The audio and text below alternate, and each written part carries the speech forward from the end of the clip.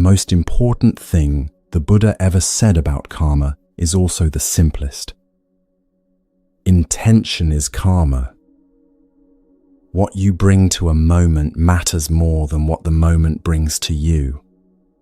That is the whole teaching, right there. And yet most of us have spent years looking at karma from exactly the wrong angle, treating it like a ledger, trying to figure out what we did to earn the painful things.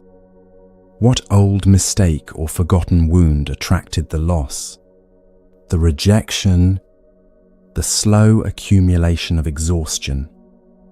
We have been looking at our own suffering like a bill that arrived without explanation, searching for the debt that produced it. Many people listening to this right now have carried that same question for years. The Buddha looked at that way of living and pointed somewhere else entirely. Karma is not the universe keeping score. The word at the heart of the teaching is intention. What you bring to your actions shapes the quality of your mind, and the quality of your mind shapes every experience that follows. Cause and effect. The same quiet law that makes one thing follow naturally from another.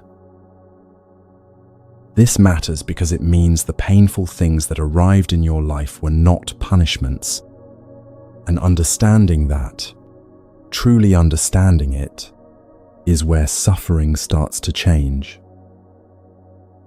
This is a listening about that understanding.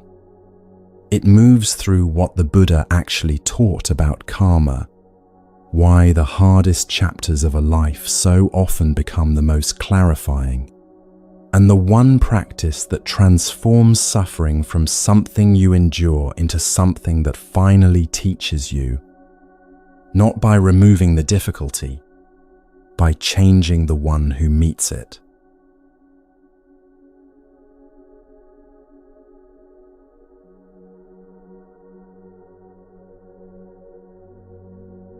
There is a version of you that acts from fear, a version that acts from habit, a version that acts from genuine care, and often all three are doing the exact same thing at the same time. The Buddha called that distinction karma. The karma lives beneath the action, in what generated it. Think about the last time you helped someone. Really think about it. You showed up. You did the thing. From the outside, it looked like kindness. And it may well have been.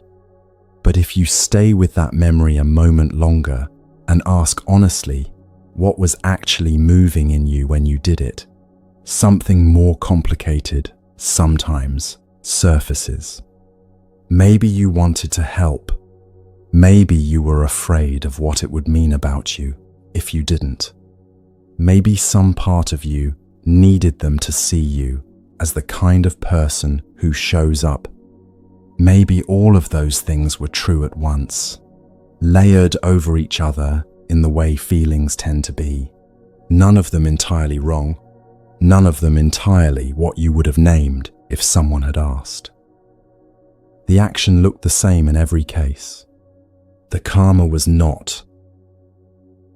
Or think of a different kind of moment. Something you agreed to when you should have said no. You said yes. You did what was asked of you. And afterward, there was that particular flatness, that low-grade resentment with no clear target, a tiredness that wasn't quite about being tired. That feeling is information. It is the mind registering the gap between what was done and what was driving the doing. You said yes from something that was not actually generosity, and the mind knows the difference, even when the words looked the same, even when the action looked the same, even when no one else in the room could have told. This is what the Buddha was pointing at in one of the most direct statements in the entire Pali Canon. In the Nibbedika Sutta, he said it plainly. Intention, I tell you, is karma. Intending, one does karma by way of body, speech, and mind. 3 channels: body, speech, and mind. And intention, moving through all 3, almost always below the level at which the judging, assessing part of the mind can see it clearly.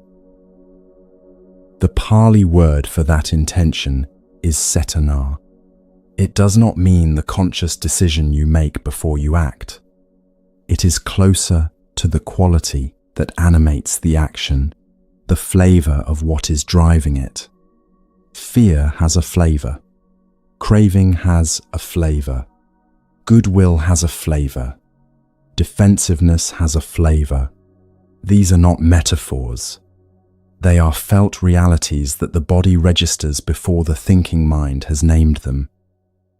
Fear tends to arrive as a tightening, something that draws inward, contracts, prepares for impact.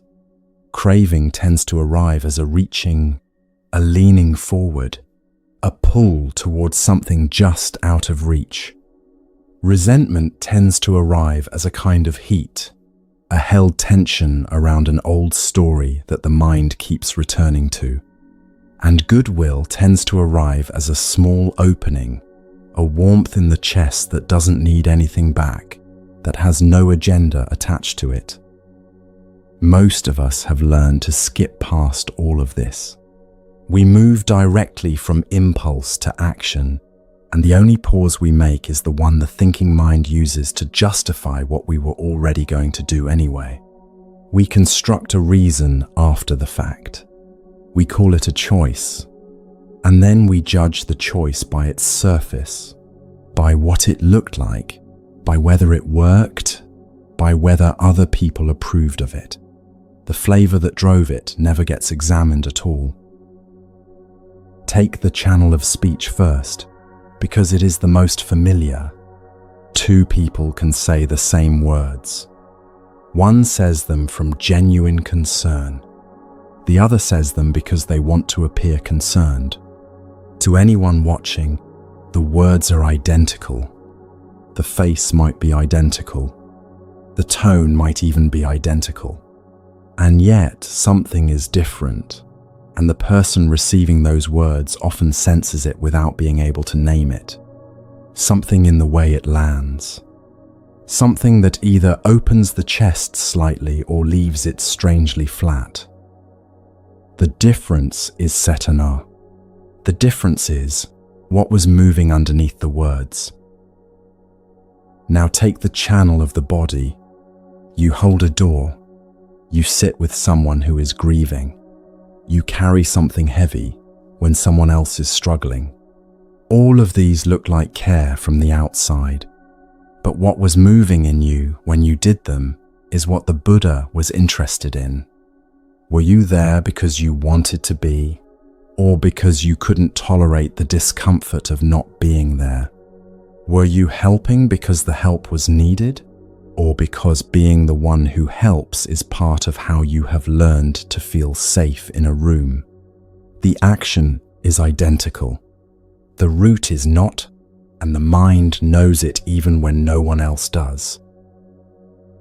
And then the channel of the mind, which is the most consequential of the 3 and the least examined, because the mind makes karma continuously, in ways the body never expresses and speech never voices. Every time you return to a grievance and feel the heat of it build again, every time you rehearse a conversation that hasn't happened yet and clench around the version you want, every time you catch yourself thinking well of someone simply because they exist, without needing them to be anything in particular for you, the mind is always working. It is always making something. The only question is whether you know what it is making and from what quality of root. There is a further complication that the teaching does not flinch from. The three channels do not always move together. You can say caring words while the mind holds resentment. You can perform a generous act while the body carries exhaustion and bitterness. You can sit with someone in silence while the mind is rehearsing a grievance against them. When the channels are working at cross purposes like this, the karma being generated is not simply the karma of the visible action. It is the karma of the whole interior climate, which the thinking mind often does not see, and which the person on the receiving end of it sometimes does. This is why the Buddha's teaching on karma was never primarily about behavior. It was about what generates behavior from the inside. The court of the mind that judges actions is almost always judging the wrong level. When the movement behind an action is fear, what follows in the mind is more fear. The action might look perfectly reasonable from the outside. It might even achieve what it was aimed at. But the mind that acted from fear is now a little more practiced at fear, a little more convinced that fear is the correct response to this kind of moment. The groove deepens. The habit becomes more automatic. The next time something similar arises, fear arrives a little faster, a little more certain it should be in charge. This is karma working exactly as the Buddha described. As cause meeting effect in the most private place there is, inside the mind, before anyone else can see it, before the action even fully takes shape. The same principle moves in the other direction with equal precision. When the movement behind an action is genuine goodwill, not goodwill performed for an audience, not goodwill calculated to secure an outcome, but the real thing, the simple, warm wishing well that asks nothing back, the mind that acts from that place grows more capable of it, more familiar with how it feels to act without clinging to what follows, more at ease, less defended, not because anything in the world has arranged itself differently, because the internal ground has changed. There is a teaching story from the early tradition that stays close to this. Sunita was a street sweeper. In the social world he was born into, this was among the lowest positions a person could occupy. He cleaned the roads. He was not permitted in certain spaces. He was not spoken to by certain people. And yet when the Buddha came walking along the road one morning, Sunita stood to one side to let him pass, and the Buddha stopped.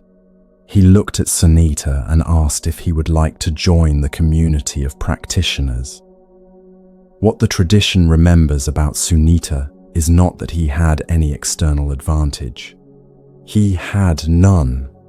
What it remembers is the quality of his intention, the care he brought to the most unremarkable work, the absence of resentment in a life that had given him every reason for it, the quality of attention he brought to each ordinary moment, not because anyone was watching, not because it would bring any reward, but because that was the quality of mind he had cultivated. Sunita went on to attain liberation.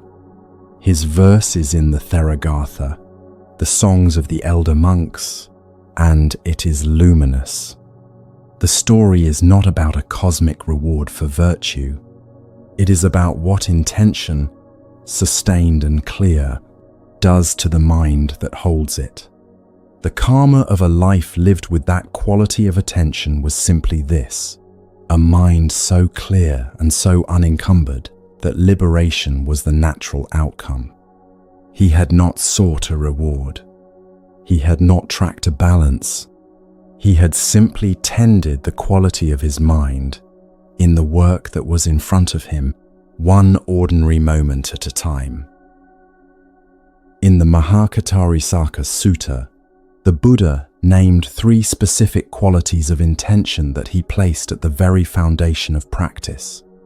He returned to them throughout his teaching life because they are not abstract ideals. They are recognizable movements of the mind that anyone paying attention can begin to work with. The first is the intention of renunciation, not in the dramatic sense of leaving everything behind, but the quieter, more daily movement of releasing the grip, releasing the need to possess the moment, to control the outcome, to make what is happening into something other than what it already is. There is a fist somewhere in the mind that is almost always holding something. Renunciation is the practice of slowly, voluntarily opening it. The second is the intention of goodwill. Metta in Pali, the genuine wishing of well-being for others and for yourself, even on the days when it does not come naturally, especially on those days, because the practice does not live in the moments when goodwill is easy. It lives in the moment when someone has frustrated you and you feel the pull toward hardness, and you choose, quietly and without announcement, to wish them well anyway. The third is the intention of non-cruelty. Meeting difficulty, your own failures and shortcomings included, without adding more hardness to what is already hard. The mind is often its own cruelest critic. It returns to its own mistakes with a persistence it rarely applies to anything else. And the karma of that internal cruelty is very real, very present, and almost never examined. 3 intentions: renunciation, goodwill, non-cruelty. The Buddha offered these not as commandments but as qualities that can be cultivated, the way steadiness or patience can be cultivated through repeated, patient attention given to the right place. And the right place is exactly what this teaching is pointing at. The movement that happens before the action, the quality at the root. The Pali phrase for the kind of attention this requires is yoniso manasikara, wise attention, or the kind of looking that goes all the way to the source. The tradition uses this phrase to describe the capacity to trace an action back to the intention that produced it, and to do that tracing without judgment, with nothing more than clear and steady seeing. This is not self-surveillance. The distinction matters. Self-surveillance tightens. It produces self-consciousness, the exhausting vigilance of a mind convinced it is always one impulse away from failure. A mind under surveillance performs rather than simply being. It edits before it feels. It manages before it understands. Wise attention loosens. It brings the unhurried recognition of what is actually moving in you, followed by the equally unhurried possibility of something different. The Buddha asked his students to observe themselves the way you might watch water moving in a stream, not judging the current for moving the way it moves, simply noticing what it carries, simply noticing where it tends.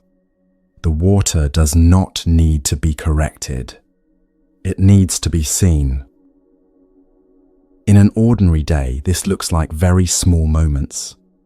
The pause before you reply to a message that irritated you, in which you can sometimes catch the irritation before it speaks. The half-breath before you say something in a conversation, when the familiar urge to defend yourself arrives and you notice it arriving. The moment you are doing something kind and you stay with it long enough to ask, without judgment, what is actually behind the kindness? Or smaller than that, the tone of a reply you almost sent and then softened.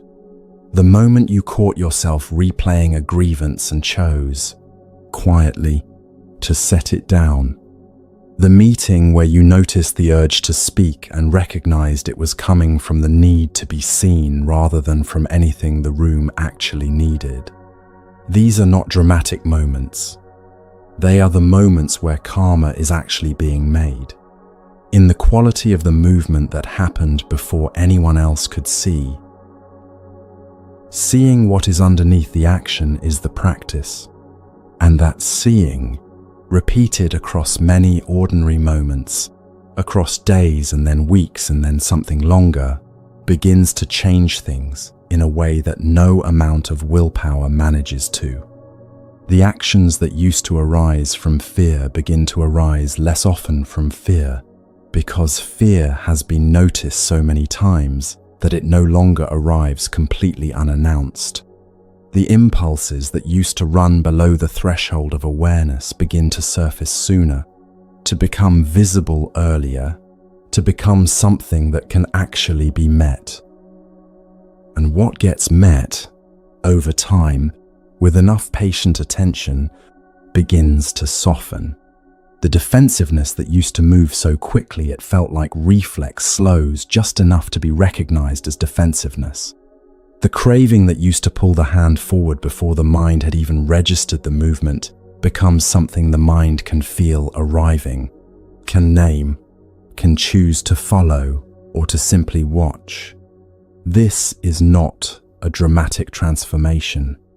It is a gradual clarification, taking place in the smallest possible increments, in moments no one else will ever see or recognize.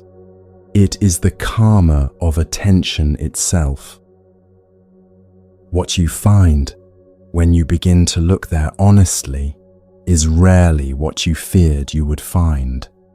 It is rarely malice. It is almost always a mind trying to protect itself, or reaching for something it believes it needs, or so long accustomed to a particular way of moving through the world that it has stopped noticing whether that way is still serving it. That recognition, when it arrives without a verdict attached, is not a small thing. It is the beginning of the only change that goes all the way down. The kind the Buddha kept pointing at when he said intention is karma, and that intending happens by way of body, speech, and mind, in every ordinary moment, whether we are watching it or not. The question is never whether you are making karma. You are, right now, in this moment, in the quality of attention you are bringing to this listening. The only question is whether you are doing it with your eyes open. And the eyes, the teaching says, can be opened, not through force, through attention, through the patient, repeated, quietly unglamorous practice of looking inside the action and meeting what you find there with honesty rather than verdict, understanding rather than judgment, the beginning, again and again, of seeing clearly. Intention does not only shape what you do, it shapes what you experience. Because the mind that goes before the action also goes before the interpretation of everything that arrives in a life. Before what you make of what happens to you, before the meaning you place on a moment before you have even finished living it. And it is in that layer of meaning, in what the mind adds to raw experience before understanding has arrived, where so much of what we call our life is actually being lived.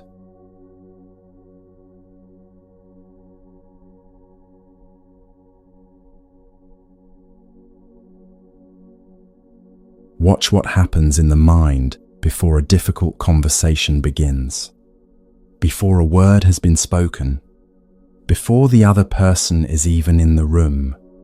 The mind has already been there. It has already run the exchange, anticipated the response, stoked the grievance or braced the defense, and arrived at conclusions, all before a single actual thing has happened. by the time the conversation begins, the mind has already decided what it means. This is the ordinary operating mode of the mind. It runs ahead. It scouts. It arrives at the next moment carrying everything from the last one and the one before that, and the accumulated weight of a year or a decade of similar moments. And then it calls what it finds there reality. Watch it before a meal you are about to eat. The mind has already decided whether this will be satisfying before the first bite. Watch it before a phone call from someone whose name you recognize on the screen. Something shifts in the body, some quality of readiness or resistance, and that shift happens before the call has begun, before a single word has passed. Watch it before a piece of news. The bracing has already started. The hoping has already started. The mind is already somewhere other than here. The mind goes before, always, in everything. And because it goes before, it shapes what follows. The quality of the mind brought to a moment determines, to a degree most people have never examined, what that moment is able to offer. A conversation entered with a mind already clenched around an outcome gives back a clenched conversation. A morning met with a mind still weighted from the night before gives back a heavy morning. The circumstances may be identical. The quality of mind walking into them is what determines everything. The Dhammapada, the oldest and most loved collection in the Pali Canon, opens with a statement about the mind. A plain statement. 2 verses. The tradition placed them first, before anything else in the entire collection, because everything else rests on this. Mind is the forerunner of all actions. All deeds are led by mind, created by mind. If one speaks or acts with a corrupt mind, suffering follows as the wheel follows the hoof of an ox. If one speaks or acts with a serene mind, happiness follows as a shadow that never departs. The word corrupt here is worth pausing at. The Pali points toward a mind that has been clouded, muddied by craving or aversion or confusion, that has been allowed to settle without examination. And serene points toward a mind that has been gradually cleared of these accumulations, through attention, through the willingness to look at what has been building inside without flinching from it. The image of the wheel and the ox is precise in a way that rewards attention.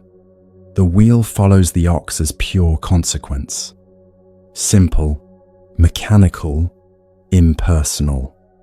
The wheel carries no opinion about the ox. The ox carries no opinion about the wheel. One moves, the other follows. This is how things connect in a world governed by cause and effect.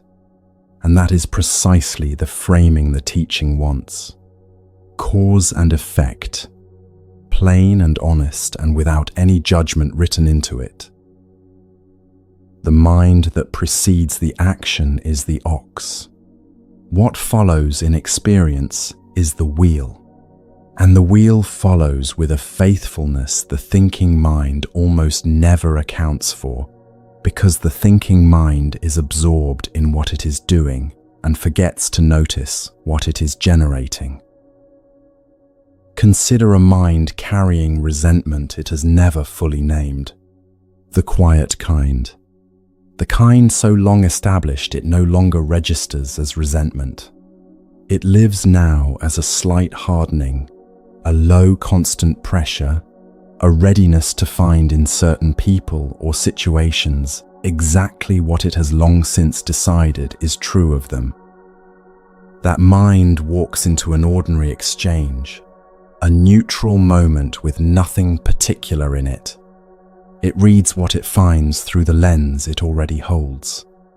Words arrive, and the burdened mind catches in them a slight, a dismissal, evidence for the case it has been quietly building for months.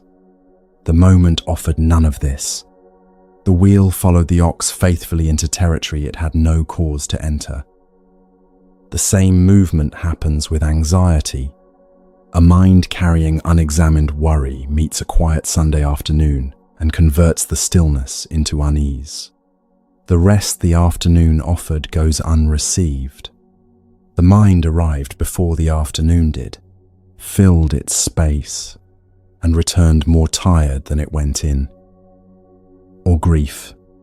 A mind still raw from loss attends to something beautiful, a piece of music, a late afternoon light through a window, and finds in the beauty the sharpness of what is absent. The beauty was entirely real. The mind that met it had already gone somewhere else. The wheel follows the ox into whatever terrain the ox is already traveling. Every time. The second verse turns this in another direction. A serene mind produces an experience that follows like a shadow that never departs. The shadow image is precise.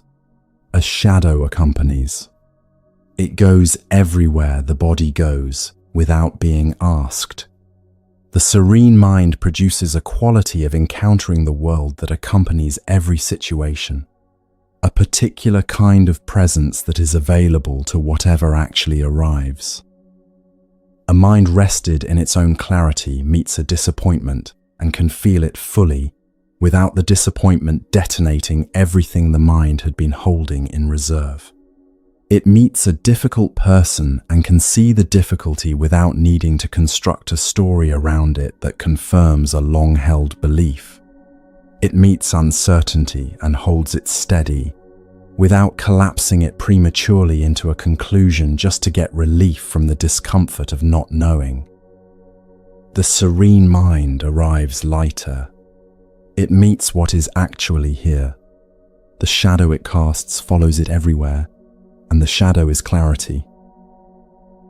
The Buddha described his own practice of watching thoughts. Before his awakening, he began to notice which thoughts his mind returned to most readily. Thoughts of craving, thoughts of ill will, thoughts of distraction, and thoughts of something else entirely. Clarity, gentleness, the quiet release of things that no longer needed to be carried. He described sorting these with care, returning again and again to the second kind, through the simple act of sustained attention toward a different quality of mind. He watched the first kind of thoughts, named them, saw where they arose from, and then he gave his attention somewhere else. The Majjhima Nikaya preserves this account. The Buddha sitting with the movement of his own mind, long before anyone called him the Buddha, learning what the forerunner tended to carry. What this looks like in practice is far quieter than the word practice implies. It is noticing, before opening the laptop in the morning, what the mind is already carrying. Whether the first reach of the day is toward openness or toward something already contracted. Whether the morning begins wide or begins already narrowed to a point. These are small discriminations. They require almost nothing except the willingness to pause for 2 or 3 seconds and sense the quality of what is about to lead the day. It is catching, in the middle of a tiring afternoon, the specific texture of what the mind is about to do, the way it reaches, in those low moments, for a comparison that will make the hour feel more bearable, or a memory that confirms a fear that has been building quietly somewhere out of view, or the familiar groove of a thought that has been given so much attention it now arrives without invitation. The catching is the practice, the seeing itself, nothing more than that. The mind does not need to be fought into clarity. What it needs is repeated witnessing, the way a stream deepens its channel through a landscape over years of movement. The mind deepens the pathways of its most frequented thoughts. Each time the mind reaches for resentment and finds it smooth and well-worn, the path becomes fractionally more automatic. But the same is also true in the other direction. Each time attention arrives and holds steady on the quality of what is here, without the usual overlays, a different channel begins to form. Gradually, without announcement, over time. A mind that has practiced this, even imperfectly, even inconsistently, for a modest amount of time meets its own difficulty differently. The grief still arrives. The worry still arrives.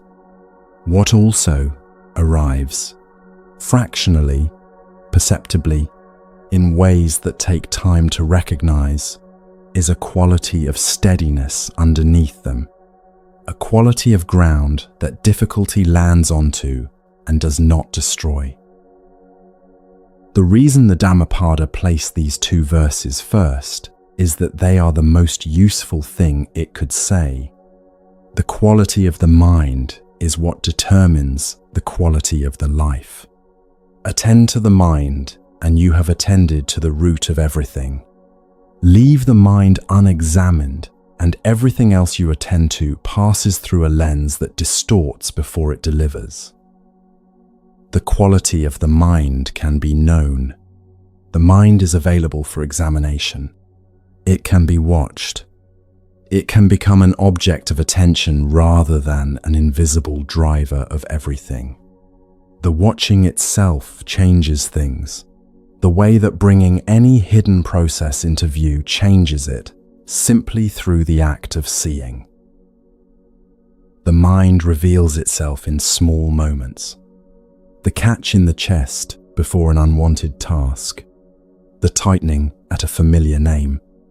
The way the whole quality of an hour shifts because of a single thought that arrived and departed in 10 seconds. These are the wheel and the ox in their smallest, most ordinary forms. They happen many times in an ordinary day. The practice the Dhammapada is pointing toward is the practice of noticing them, of becoming familiar with the mind's own movement before it completes itself, of learning, through repeated and patient attention, what the forerunner tends to carry before it arrives. This noticing is its own form of karma.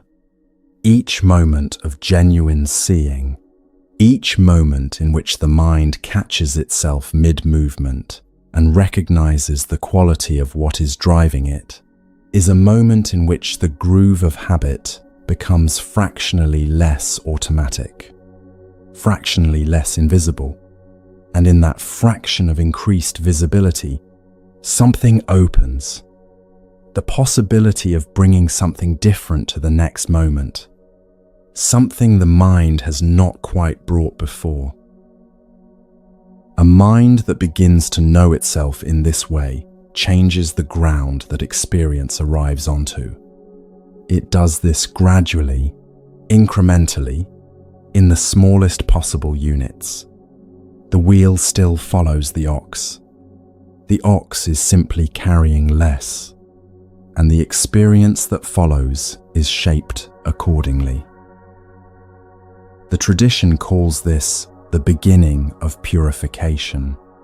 The word sounds larger than the thing. The thing itself is ordinary. It is a mind slowly learning to see itself more clearly, in the gap between an experience arriving and the interpretation placed on it. In that gap, small as it is, the practice lives. That gap is where the forerunner can be caught in the act, examined for what it is carrying, and given the chance to travel lighter. Even a mind that has traveled lighter for years still meets a life that includes difficulty. the painful things still arrive. What changes is what the mind does in the first moment after pain lands. Because there is the pain that life delivers, and there is what the mind reaches for immediately afterward, almost before the pain has fully registered. A second thing, layered on top of the first, that deserves its own careful look.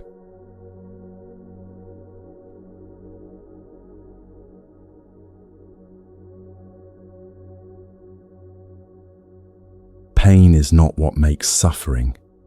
The mind's response to pain is what makes suffering.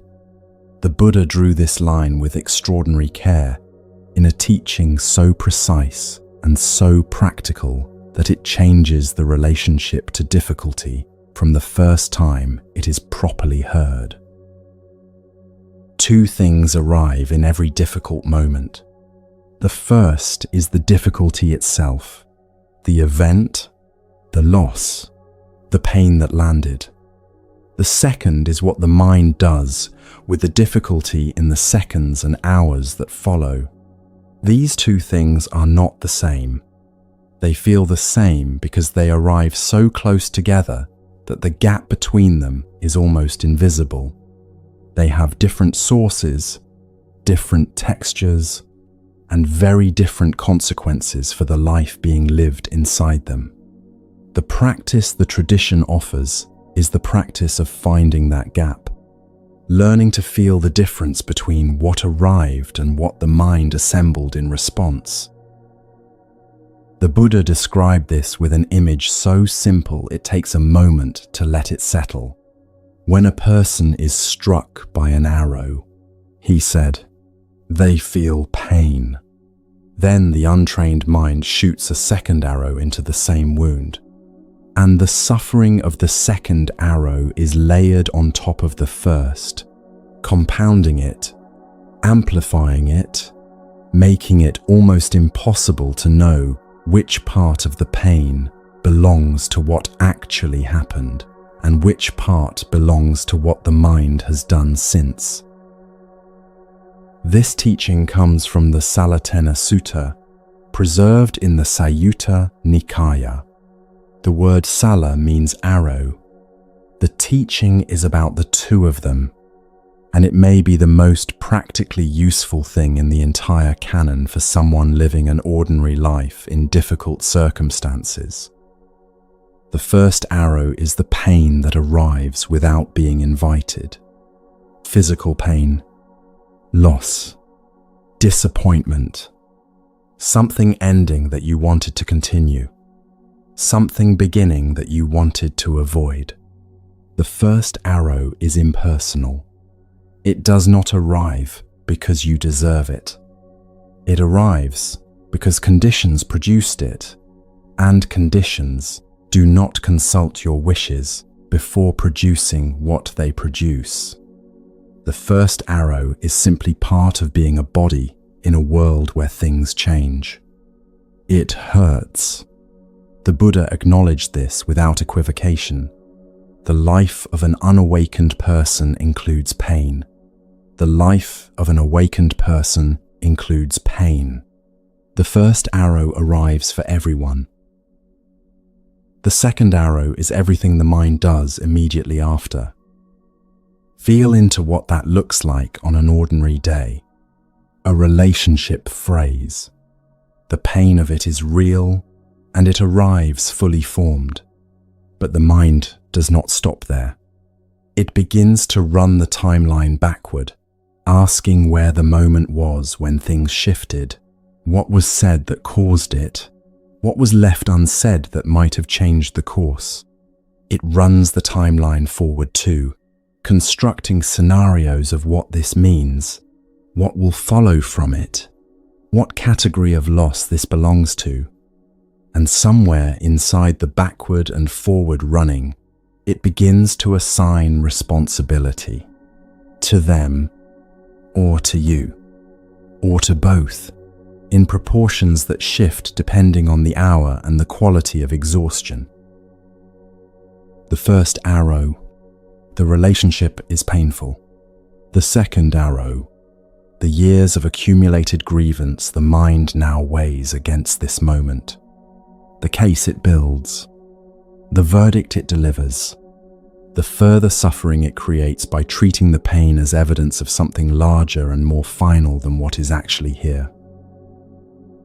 Or a body breaks down, illness, exhaustion, a limitation that was not there before. The physical experience is the first arrow. The mind begins asking why. What was done or not done that led here? Whether this is permanent. What this means about the future, about the kind of life still available. Each of these questions, arriving in the body as a new weight, a new tightening, is another arrow. Some people suffering from a single first arrow are simultaneously carrying a quiver of additional ones, all fired from the same bow.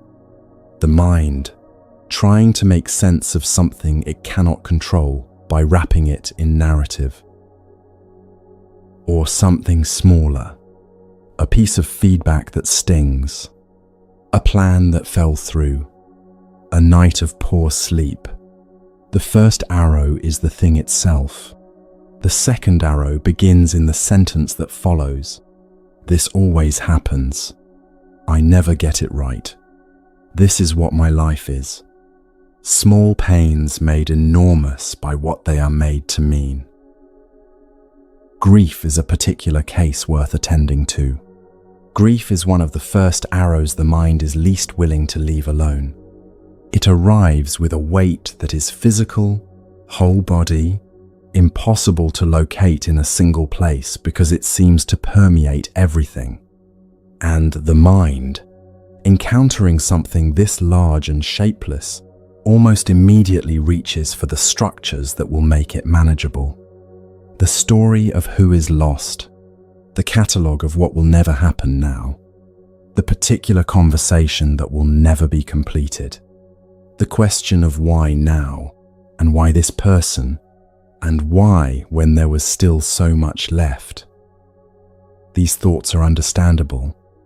They are the mind doing its best with something too large for its ordinary tools. And still, they are second arrows. They add a sharpness to what is already sharp. They take grief, which is the clean pain of love meeting loss, and weave through it a suffering that extends beyond the grief itself.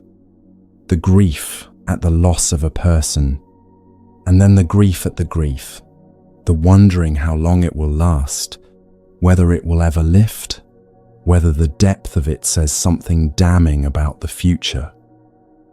The first arrow of grief does not ask these questions. It simply hurts with the fullness of what was loved. The tradition honors this. It does not ask the grieving mind to stop feeling. It asks only that the pain be allowed to be what it is, without the mind adding its own weight to a weight that is already complete. This is the mind doing what it was trained to do. There is no judgment in the observation. The mind narrates because narrating gives it a sensation of traction, the feeling of doing something in the face of something being done to it. The story feels like a form of agency. If the mind can understand the pain, it can perhaps influence what happens next. If it can locate responsibility, it can perhaps prevent a recurrence. If it can name the category of loss, it can perhaps prepare for what follows. The second arrow is still an arrow, and it still pierces. Most people were never taught that the first arrow and the second arrow are different things. Pain arrived in childhood, and the adults nearby responded to it with stories, explanations, assignments of blame, reassurances that the feeling would pass sooner than it did. The implicit lesson was that pain required management, that it needed to be wrapped in something else before it could be survived. So the second arrow became the default response, a reflex wired so deeply, so immediate and so habitual that most people arrive in adulthood without ever knowing the first arrow as its own distinct experience. The practice does something simple with this long habit. It introduces a pause, not a pause that delays the story indefinitely, just long enough to feel what arrived before the story about what arrived, long enough to register the sensation as sensation before it becomes evidence for something, or proof of something, or an argument about something. That pause, practiced in small moments over time, gradually becomes available in larger ones. The tradition points toward a particular kind of attention as the practice, learning to distinguish, in the lived moment, which layer of pain belongs to the first arrow and which belongs to the second. This is a somatic practice as much as a mental one. It happens in the body, in real time, in the middle of whatever is happening. It might sound like a question asked quietly, just below the level of ordinary thought. Is this the event? Or is this the story the mind is constructing around the event? Is this the pain itself? Or is this what the pain has been turned into? The question does not make the pain disappear. Nothing in this teaching promises that. The first arrow is the first arrow. It arrived and it hurts, and that is simply what is true. The question does something more modest and more useful. It creates a small gap between the event and the elaboration. A moment of noticing that the second arrow is being loaded before it is released. In that gap, something becomes possible. The mind, accustomed to moving straight from pain to story without pausing, meets a moment of hesitation. A moment in which the automatic reach for narrative is interrupted by something more curious than reactive. A steadiness that can hold the first arrow without immediately adding to it. This is what the Salatena Sutta calls the response of the trained mind. The trained mind still feels the first arrow fully. It does not bypass pain or create distance from what is real. The training is precisely the capacity to feel what is actually here, cleanly, without the second layer pulling the experience into territory the original pain never occupied. Sit with a difficulty for a moment without narrating it, without moving to what it means or what caused it or what must happen next. The first arrow is here. Feel its exact shape, where it lives in the body, what quality it has, whether it is sharp or diffuse, whether it moves or stays in one place, whether it is hot or cold or simply heavy, the sensation itself without the story. The body knows the difference before the mind does. This is worth settling into. When the first arrow arrives and nothing has been added to it yet, the body holds something that is painful but also bounded. There is an edge to it, a shape. The chest tightens in a specific place. The throat holds something. The belly draws in. The sensation is real and present and localized, and it is, crucially, this size and not larger. The second arrow changes the body's experience. As the mind begins the story, the body begins to respond to the story as though it were also happening. The shoulders tighten around something that has not yet occurred. The breath shallows around a future that exists only in the mind's construction. The jaw holds something said years ago that the narrative has now brought forward. The body is managing 3 timelines at once. The past that caused this, the present that contains it, and the imagined future it is being extended into. And it holds all three of them as though they are equally and simultaneously happening.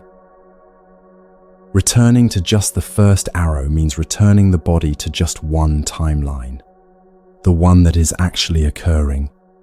The breath steadies. The sensation remains painful, but it is this painful and not more. The body, released from carrying two additional timelines, has something left over, a small reserve of steadiness it did not have access to a moment before. Notice how much space that creates, how much less the body holds when the story is set down, even briefly. The pain may remain the same size, but the suffering built around it has a different weight than the pain itself.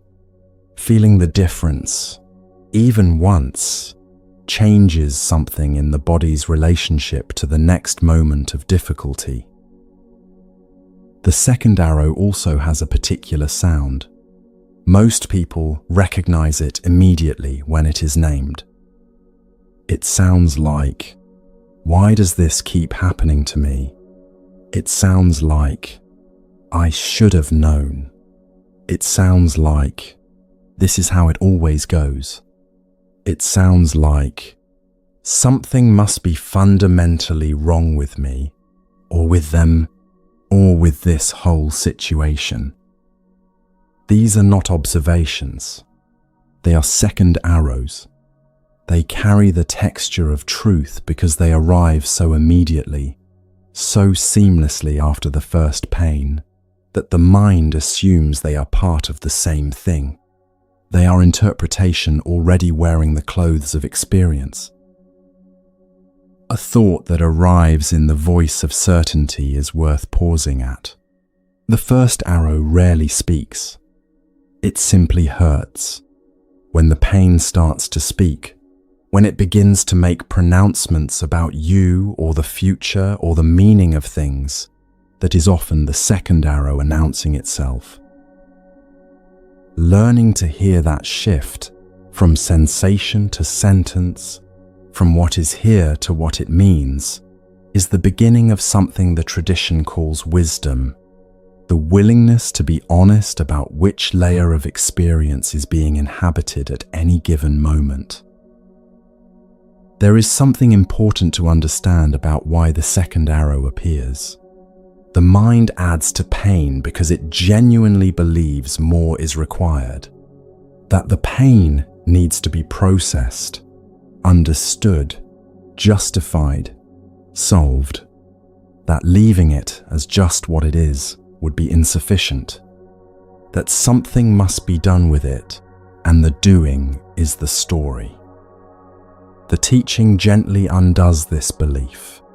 Sometimes the most complete response to the first arrow is to let it be the first arrow, to feel the loss without constructing a verdict on it, to feel the pain without assigning it a meaning that extends beyond what it actually is, to let the sensation move through the body with the same naturalness that the body breathes, without the mind turning it into a case that must be argued and decided. This runs against every instinct the conditioned mind has developed. The mind was taught, implicitly, through years of responses to difficulty, that doing something is always preferable to simply being with what is here.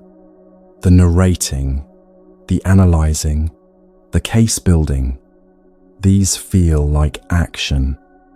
They feel like taking the pain seriously. The tradition suggests the opposite is also possible. Taking the pain seriously enough to feel it fully, without addition, without embellishment, without the protection of a story that turns sensation into narrative. This requires a steadiness most people were never shown how to develop, and yet the steadiness is learnable. It is what patient attention, returned to again and again, gradually produces. The second arrow also does something to karma that is worth understanding. When the mind responds to pain by reaching immediately for story, blame, or narrative, the intention driving that movement is reactive, rooted in aversion. The actions that arise from that state deepen the groove. They reinforce the pattern. The next pain arrives into a mind that has already practiced the second arrow, and the second arrow is loaded before the first one has fully landed. A mind that has learned to pause at the first arrow, to feel it for what it is without the elaboration, moves from a different place. The response that follows carries a different quality of intention. Something still needs to be done, said, addressed, but it arises from a mind that has not compounded the pain first. It arises cleaner. And what arises clean, the tradition teaches, creates conditions that are different from what reactive suffering tends to create. There is a gentleness in this teaching that it does not always receive credit for. The second arrow is not a moral failing. The mind that shoots it is doing what it learnt to do over a lifetime of meeting difficulty without anyone showing it another way. The observation of the second arrow is an invitation, not a correction. A gentle noting that the suffering built around pain is optional in a way the pain itself is not. And that optional suffering, once seen for what it is, begins to lose some of its hold. Slowly, and not all at once, and with many moments of the second arrow arriving before the gap between the two has even been noticed. The practice is the increasing frequency with which the mind catches itself in that interval, between sensation and story, between what arrived and what the mind is about to do with what arrived. In that interval, however brief, something else becomes available, a quality of meeting what is here that does not require adding to it, a steadiness that allows the first arrow to be exactly and only what it is. Pain, met fully, met without flinching, and without elaboration. That quality of meeting has a name in the tradition, and what it opens into is worth listening to with care.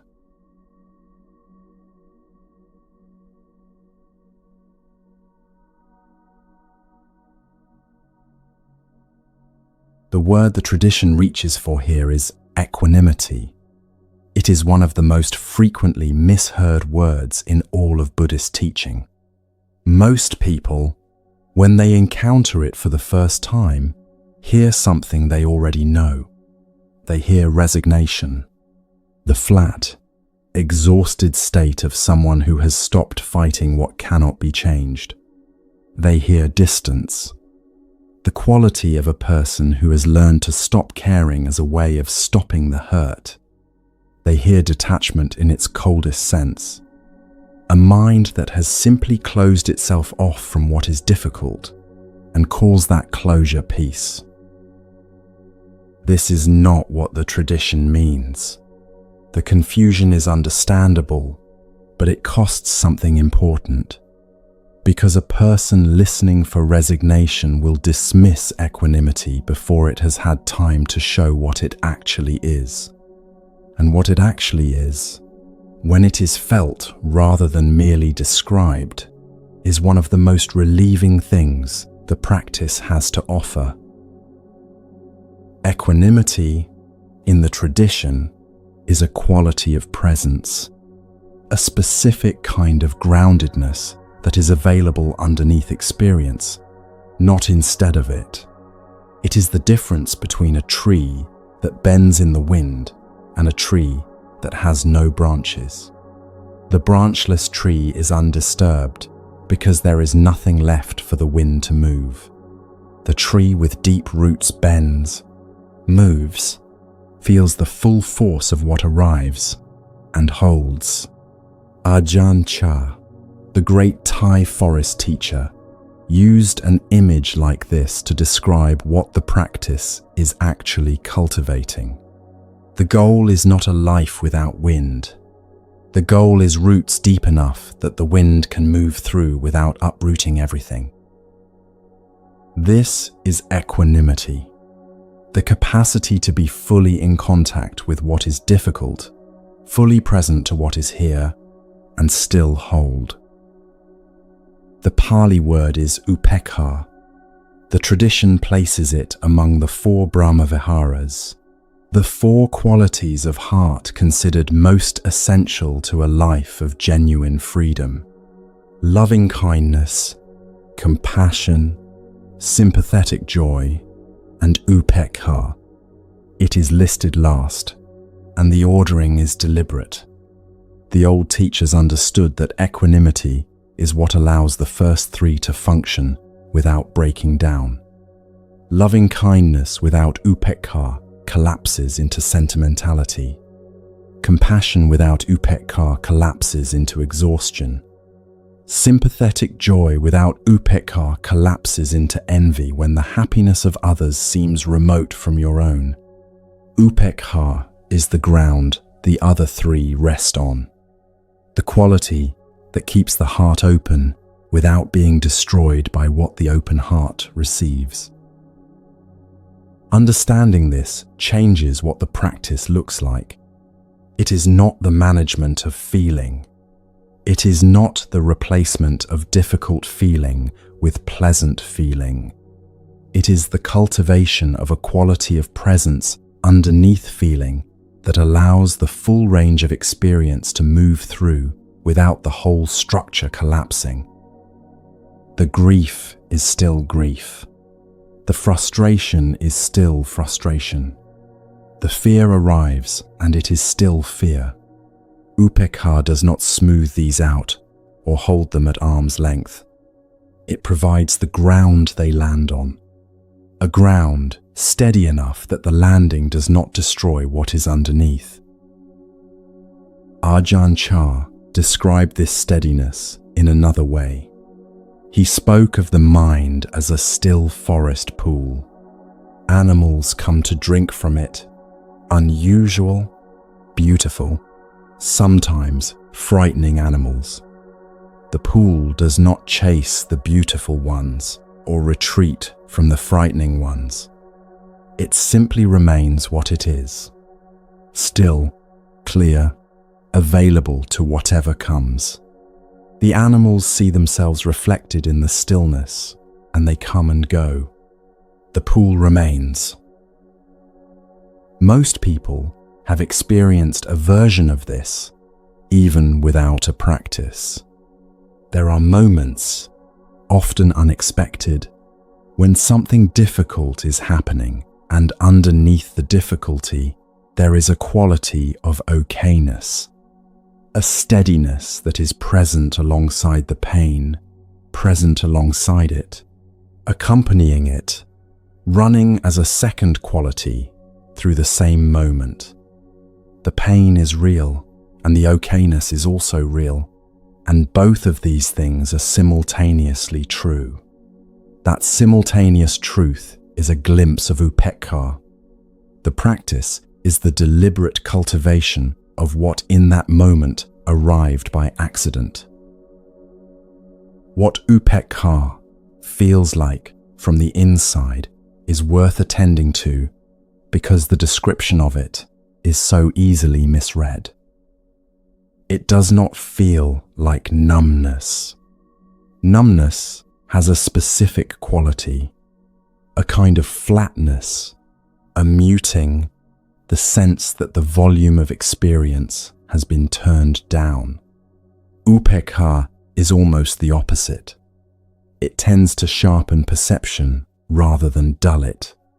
Things are seen more clearly from a mind that is not contracted around its own preferences. Colors appear slightly more vivid. Other people's expressions are more legible. The present moment has a texture it lacked when the mind was busy arguing with it. It does not feel like not caring. The care remains. The love remains. The desire for things to go well for the people one loves remains entirely intact. What changes is the compulsive quality that can attach to care, the sense that the caring itself must produce a specific outcome, that anything short of that outcome is failure, that the person doing the caring is responsible for results that were never entirely within their reach. Upekkha releases the compulsion while leaving the care. The care becomes steadier when it is no longer required to do the impossible. It feels, when it is present, like a widening. The usual sense of a self pressed up against its situation, straining at it or recoiling from it, loosens slightly. There is more room. The difficulty is still the difficulty, but it is held inside a larger space than the one the contracted mind was offering it. The larger space does not diminish the difficulty. It simply provides more ground for it to be what it is, without the ground giving way. This widening is available in stages. A practitioner of many years may hold significant difficulty inside genuine spaciousness. A practitioner of days or weeks may find only a moment of widening, a single breath in which the contracted quality releases fractionally. Both are the same movement. Both are upekkha. The size of the opening is not the point. The direction of the movement is what matters. There is also something upekkha does for the relationship with oneself that deserves its own attention. Most people apply a harsher standard to their own difficulty than to anyone else's. When a friend is suffering, the impulse is care, understanding, a certain tenderness toward the pain they carry. When the same person is suffering themselves, the standard shifts entirely. The internal commentary is sharper. The impatience with the difficulty arrives sooner. The demand that it end, or that it have a reason, or that the person somehow do better at enduring it, arrives before any genuine steadiness has had the chance to. Upekkha extended toward the self is one of the most radical things the practice asks. Holding one's own difficulty with the same quality of steady, non-reactive presence that would be offered to someone else in the same situation. The old teachers were clear that this is not self-indulgence. It is precision. The mind that meets its own pain with steadiness rather than judgment has more available for the moment that follows.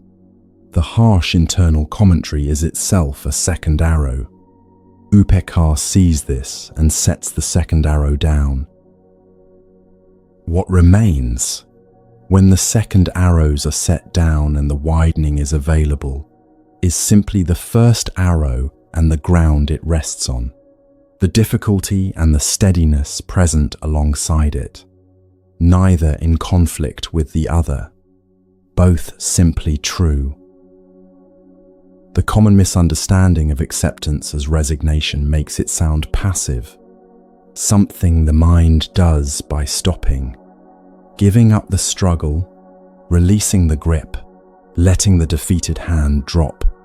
The tradition holds a different understanding. Upekkha is not the absence of engagement.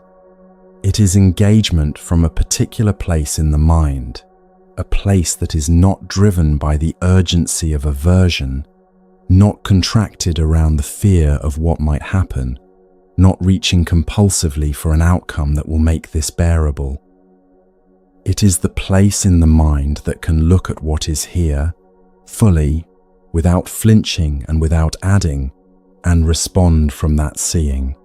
The response may be vigorous. It may involve action, change, effort, even considerable force.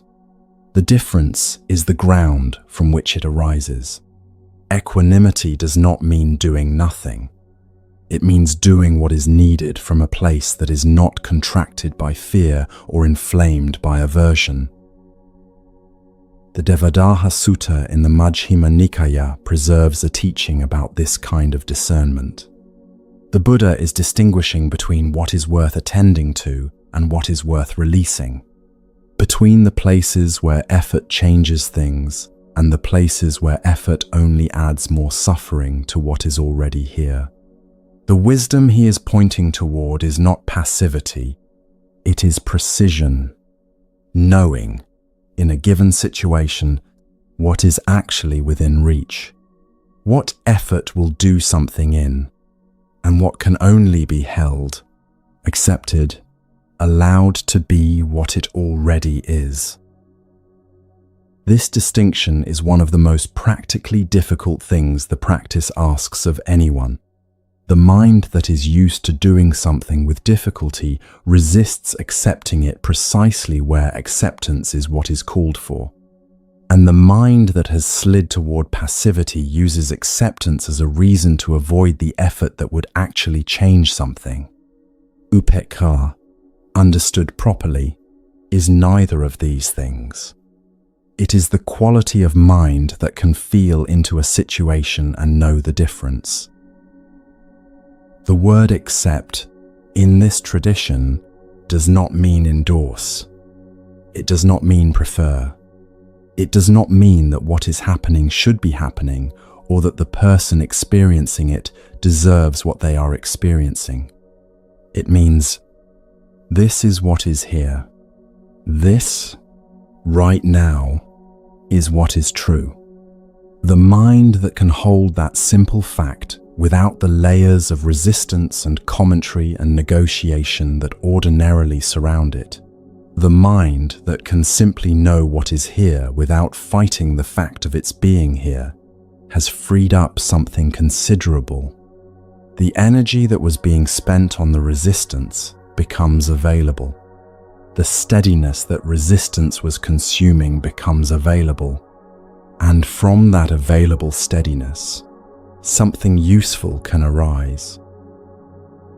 There is a quality to this that can be practiced in small moments, a task that is unwanted, a delay that cannot be changed, a weather that will not cooperate, the small moments of daily friction.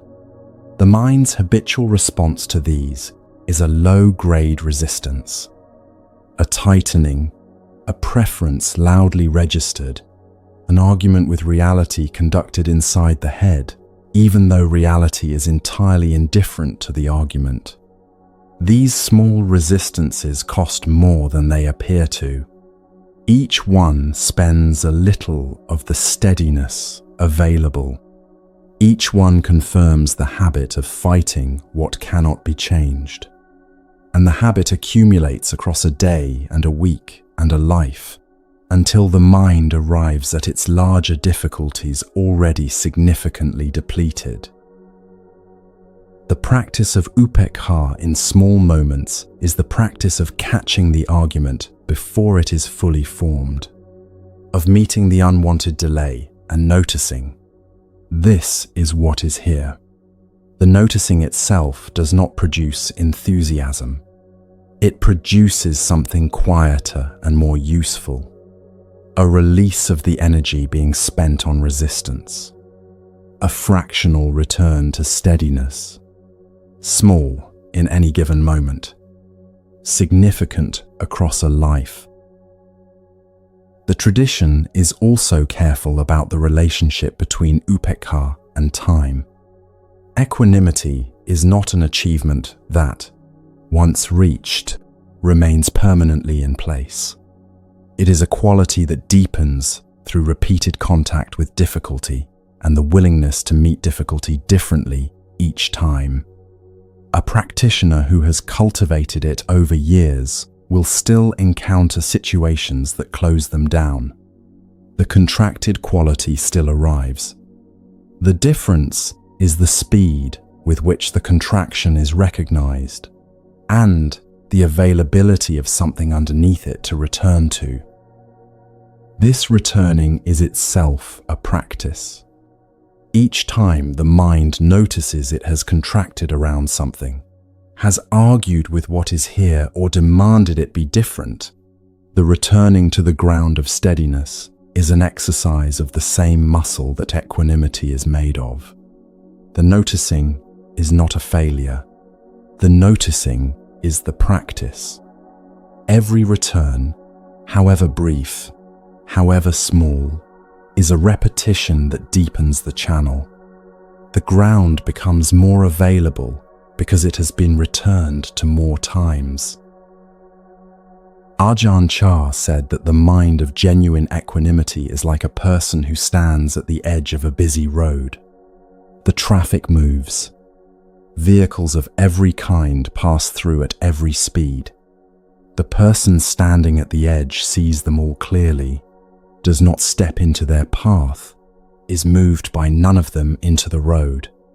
They are fully present to the traffic. The traffic does not carry them away. This is what it is to be in a life without being consumed by it. To see clearly, feel fully, and hold steady. What upekkha ultimately opens into is a particular relationship with impermanence. The things that are here will change. The pleasant things and the unpleasant things and everything in between will change. The mind that has cultivated equanimity knows this as a felt quality of attention, lived in the body before it is reasoned in the mind. It meets the changing nature of things without the desperate clinging that makes pleasant things painful as they begin to leave, and without the desperate aversion that makes unpleasant things more painful by the mind's refusal to let them simply be what they are and run their course. This is what it means, in the end, to let something be what it already is. The allowing is active. It requires the full presence of a mind that has not turned away. It requires the willingness to know clearly what is here without immediately demanding that it be different. And it requires the steadiness, developed in small moments over time, to hold that knowing without being consumed by what it holds. The practice does not promise an end to difficulty. It promises something the tradition considers more valuable, a way of meeting difficulty that does not compound it, does not add the second arrow to the first, does not spend the resources of the mind on fighting what cannot be changed. A way of being in a life that includes difficulty without being defined by the mind's reaction to it. And even here, with this quality of meeting established, the mind will still generate questions, particularly about karma, particularly the large ones. Why did this happen to this person and not to that one? What determines the weight of the life a person is born into? Whether intention is truly enough, or whether something else, something older and larger and beyond the reach of present effort, is shaping things. The Buddha had a response to these questions. It was not the response most people expect.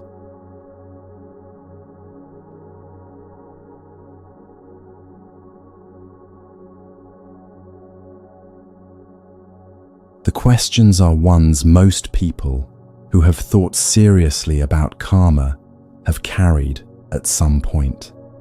Why does a person of genuine goodness face one kind of suffering, while someone of great cruelty seems to move through life with ease?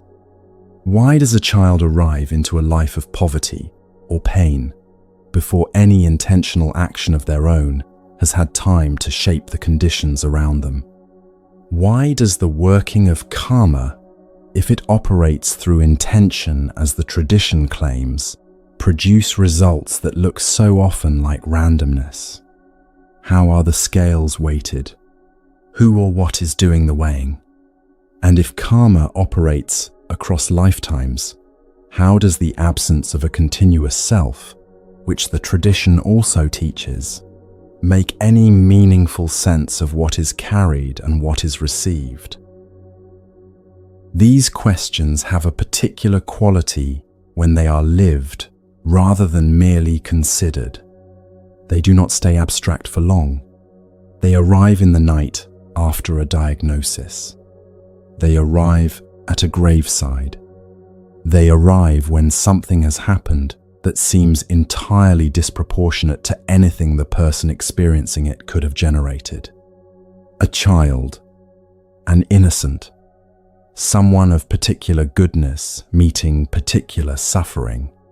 The mind, encountering these situations, almost immediately reaches for the framework that will make it comprehensible. And karma, improperly understood, can be recruited into a framework of this kind that becomes its own source of harm. If everything that happens is the result of past karma, then every person who suffers has somehow generated that suffering. The logic, followed without care, produces a conclusion that blames the suffering for the suffering. The Buddha did not teach this. The Asinteya Sutta exists, in part, precisely to interrupt this misuse. The full working of karma is beyond what can be traced from any human vantage point. The person looking at another's suffering and concluding they must have earned it has reached into the imponderable and come back with a distortion. The unanswerable question, held open and pressed on, operates like a second arrow in the mind. It adds to the suffering of whatever difficulty is already present. The loss has arrived, and the mind is now also suffering the impossibility of fully explaining the loss. Two pains where one was. The question itself generating a suffering it had promised, if answered, to relieve.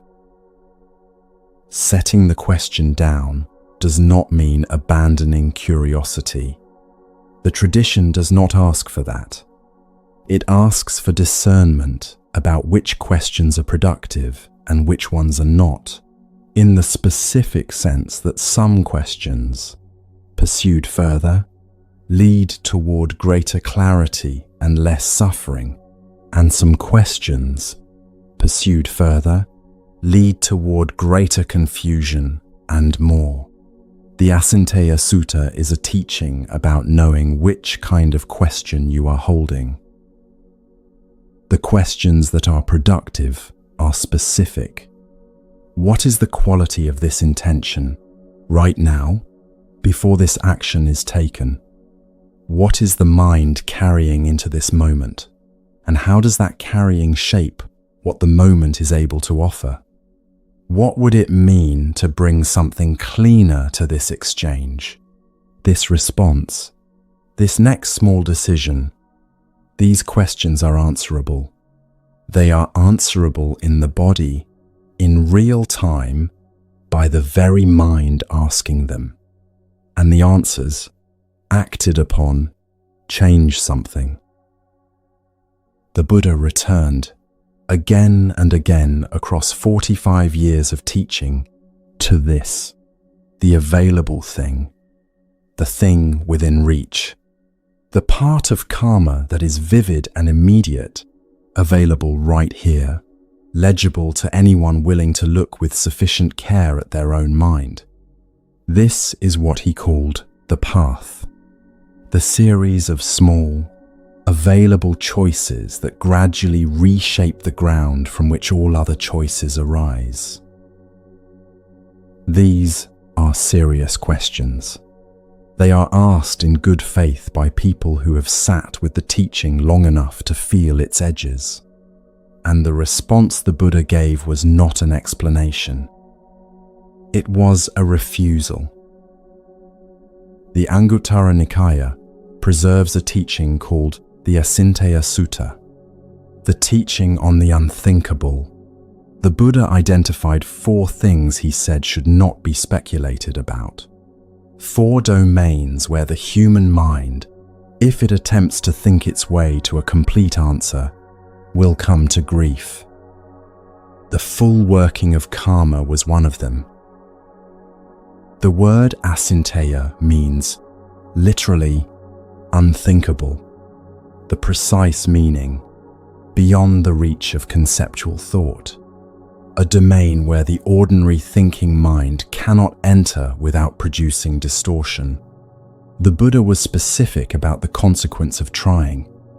Madness, or vexation, or simply a great deal of suffering applied to a question that will not yield under the force applied to it.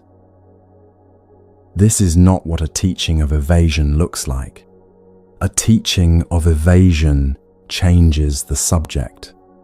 This one names the subject precisely and then explains why it cannot be fully entered. The distinction matters. The Buddha spent 45 years teaching. He answered an enormous range of questions about the mind, about practice, about the nature of experience, about suffering and its end. When he declined to answer, it was because answering incompletely was worse than not answering. A partial answer to a question whose full answer is beyond human comprehension produces a distorted picture. The distorted picture produces suffering of its own. The full mechanism of karma, across time, across lifetimes, across the intersection of intention and result and circumstance and condition, is beyond what the human mind can hold. The tradition is not embarrassed by this. It considers the acknowledgement of this limit to be a sign of wisdom. A mind that can recognize the edge of what thought can do and knows what that edge feels like is a mind that has learned something important about its own nature. What the refusal protects against is a specific kind of suffering. The suffering that comes from trying to fully explain why things happened the way they did. Why this loss, at this time, to this person. Why that person carries the life they carry. Why the scales appear, from any given vantage point within the system, to be weighted as they are. The mind that insists on answering these questions fully will spend considerable resources on a project that cannot complete. It will loop. It will find partial explanations and push on them until they crack. It will import frameworks from elsewhere, attach cosmic significance to coincidence, and arrive at conclusions that either make the world too tidy or make it too meaningless. Both outcomes are a form of harm. The Buddha's refusal is an act of care.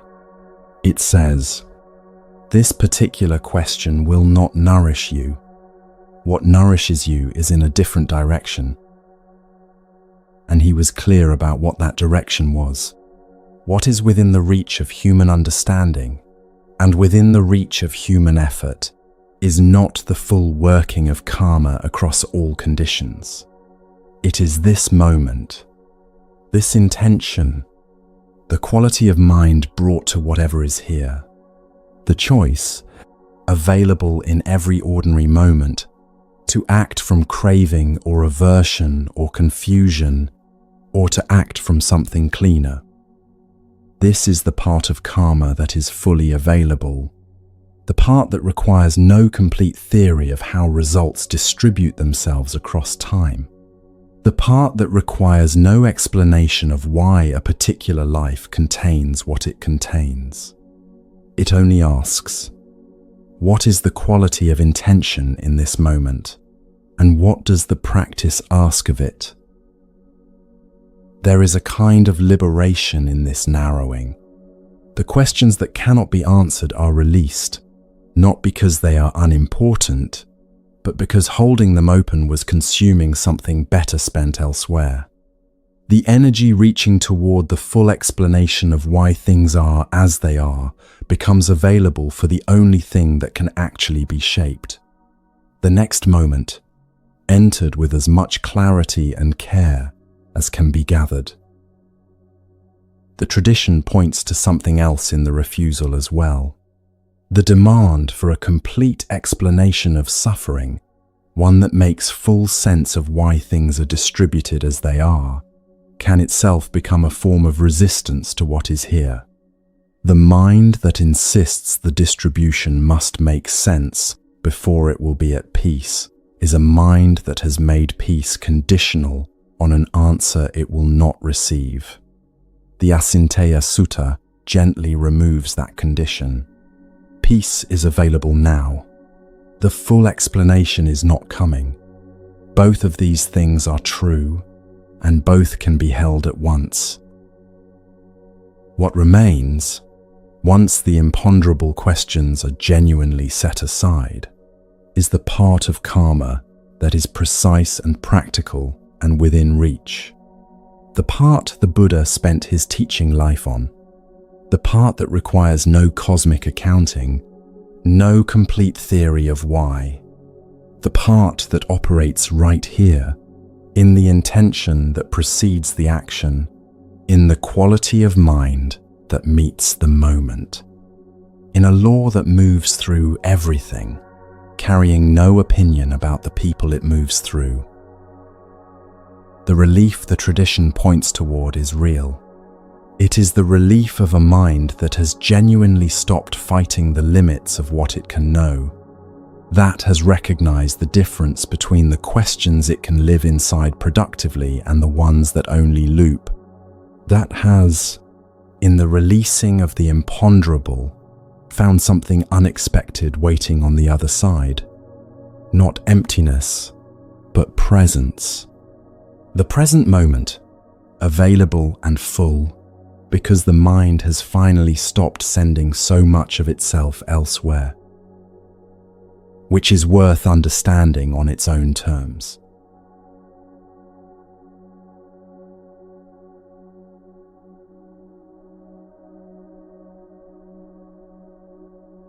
There will have been a moment, somewhere in your past, when you looked back at an earlier version of yourself and noticed that something had genuinely changed. A situation that used to produce a strong reactive response now produces something quieter. Something that used to close you down now finds, if not ease exactly, at least more room to breathe inside. A kind of patience that was not there before is now, sometimes, present without effort. The change did not announce itself. It accumulated, quietly, incrementally, in the texture of ordinary days. You did not sit down at any particular moment and decide to become different. Something was simply being built, in the repeated quality of choices made and intentions held, and then one day you looked back and saw that the building had happened. The tradition calls this karma, the visible fruit of invisible accumulation. And the law governing this accumulation has one quality that, once genuinely understood, changes the relationship to it entirely. It carries no opinion. The Ku-akama Vibhanga Sutta, preserved in the Majjhima Nikaya, contains one of the most direct treatments of karma in the entire canon. A young man named Suba comes to the Buddha with a question that most people have asked in some form. Why are people so different from one another? Why does one person move through life with ease and health and capacity, while another faces difficulty in every direction? Why do some seem to have more available to them, more time, more well-being, more of the particular resources a life needs to flourish? The Buddha's answer was precise. The differences between lives are the accumulated fruit of the patterns of intention that have built them. The person who has habitually met others with care and gentleness has been building something. The person who has habitually met others with harshness or cruelty has been building something else. These accumulations are not punishments or rewards assigned by an external authority. They are the natural consequence of causes that were planted. The same way a particular kind of seed, planted in particular soil, produces a particular kind of growth with the same impersonality and the same faithfulness. The soil does not hold an opinion about the seed. It simply responds to what is given to it. Conditions produce what conditions produce. The person who planted the seed was not rewarded or punished by the soil. The soil simply grew what it was given. This is the law that has no opinion about you.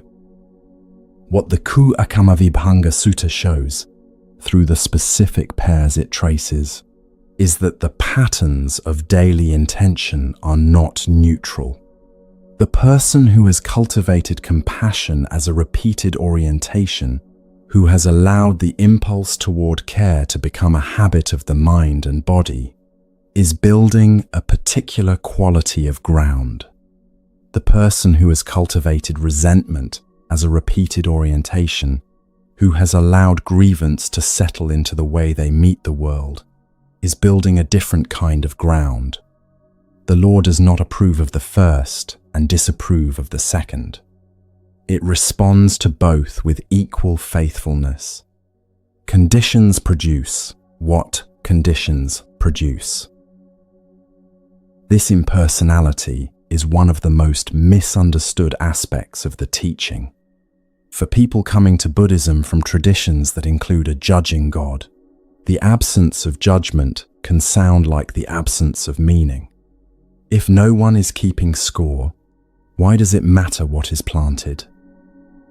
The answer the tradition offers is that the law's response to what is planted is itself the meaning. A universe in which compassion reliably produces different conditions from cruelty, not because a moral authority decided it should, but because that is simply what those intentions, accumulated over time, build, is a universe in which intention matters absolutely. The absence of a judge does not make the consequences absent. It makes them more reliable. A judge can be appealed to. A judge can be moved by argument or sentiment. The law of cause and effect responds to nothing except what is actually planted. What this means for the person listening is something that takes a moment to settle into. The law carries no grudge. Whatever has accumulated in the past, whatever patterns of intention have been building in the years before this moment, the law has not formed a view about you as a result. It is not waiting to deliver a verdict. It is not tracking your score against some standard you may have fallen short of. It responds to what is planted. And it responds to what is planted now with exactly the same faithfulness that it responded to what was planted then. This means that the ground is always being prepared for what comes next. The gardener who has neglected a garden for years does not find, upon returning, that the soil has turned against them. The soil is what it is. Some work will be needed. Some conditions will need to change before the growth responds differently. But the soil does not hold the neglect against the gardener. It receives whatever is brought to it now. There is something in this that is important to hear in its full depth. Many people carry a private sense that the life they have so far is evidence of something. That the difficulties they have experienced, the patterns that have repeated, the ways in which they have fallen short of the intentions they held, are accumulating into some kind of permanent record. A record that defines them. A record that places a ceiling on what can be expected from here. The Chuchakamavibhanga Sutta does not support this reading. What it supports is something more dynamic. Karma is not a fixed identity. It is a direction. What has accumulated so far is the result of the direction in which the seeds have been planted. And direction can change.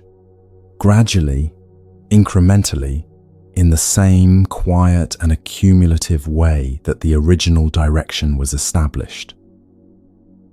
The seeds of new intention respond to the law the same way any seed does. They grow according to what they are and what they are given. A small seed planted with genuine care is a genuine planting. The law does not withhold its response because the seed is small or because previous plantings were of a different kind. It responds to what is actually here. This is the part of the teaching that makes karma a field, open and responsive. The field is always ready.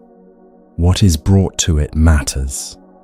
And the law, carrying no opinion, holding no score, waiting with the same equanimity the tradition asks of the practitioner, will respond to whatever is given to it with faithful precision.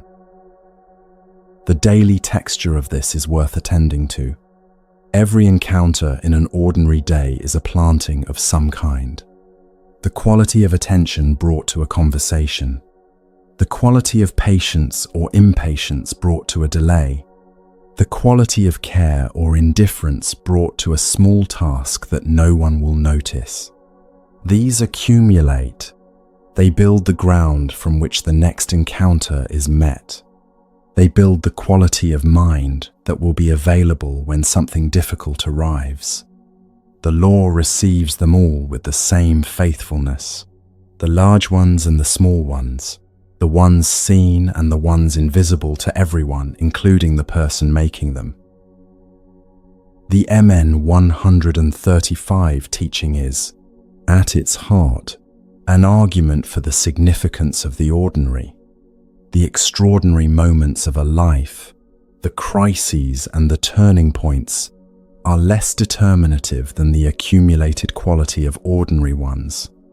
What is being built in the unremarkable moments is the ground from which the remarkable moments will be met. The law receives the ordinary with as much faithfulness as the exceptional. Every moment of genuine care is a genuine planting.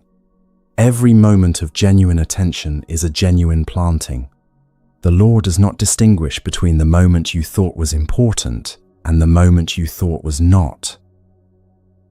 The teaching in MN 135 also speaks to something people rarely consider: the relationship between what we do for others and what accumulates in ourselves.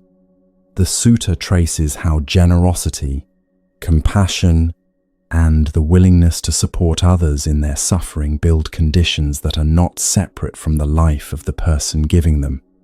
The gift changes the ground in two directions at once. It changes the conditions for the person who receives, and it changes the quality of intention that is now established in the mind of the person who gave. This is why the tradition places such emphasis on the texture of motivation rather than the size of the action.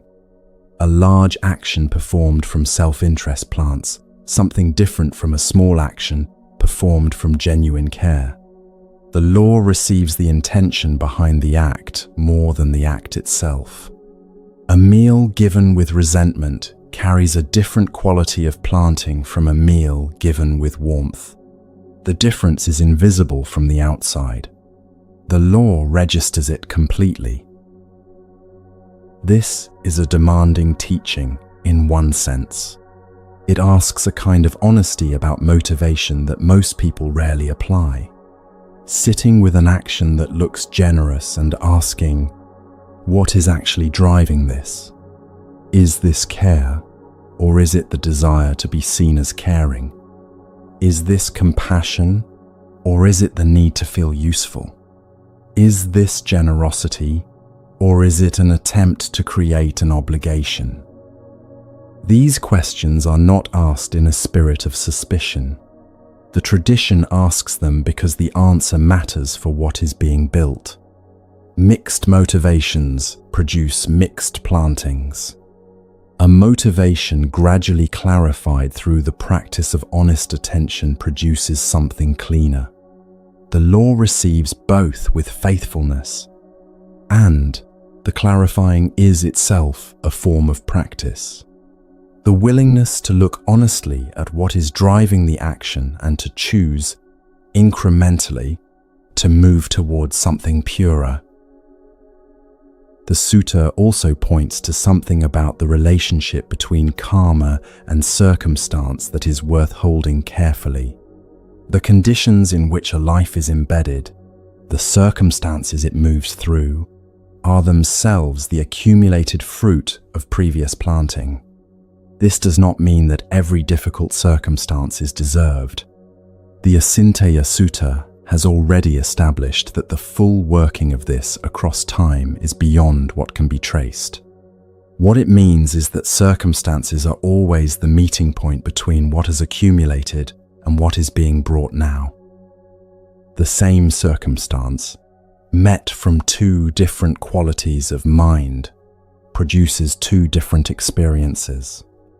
The same financial difficulty met with clarity and care produces different conditions from the same difficulty met with panic and self-blame. The same illness met with some degree of equanimity produces a different texture of life from the same illness met with constant resistance. The circumstance is not the whole of the karma. What is brought to the circumstance is also karma in the making. This is the teaching's most practical instruction. The circumstances cannot always be changed. What can always be brought to them, at least in small measure, is something different from what was brought before. A slightly more patient response. A slightly less reactive orientation. A moment of genuine care where resentment would have been the easier choice. Each of these is a planting. The law receives them. The ground shifts, incrementally, in the direction of what is being given to it. The law that has no opinion about you is also the law that holds nothing permanently against you. This is worth staying with. The accumulation that has been built up is real. Its effects are real. And it is also true that new planting is always possible. The direction can always shift. The ground can always receive something different from what it received before. The law responds to what is brought to it now, with the same faithful impersonality it has always responded with, and will always respond with. There is a quality of attention the tradition asks for when looking back at one's own accumulated karma. An honesty that is paired with steadiness. The looking back is not for the purpose of judgment. It is for the purpose of clarity about what has been built and what direction the building has been traveling.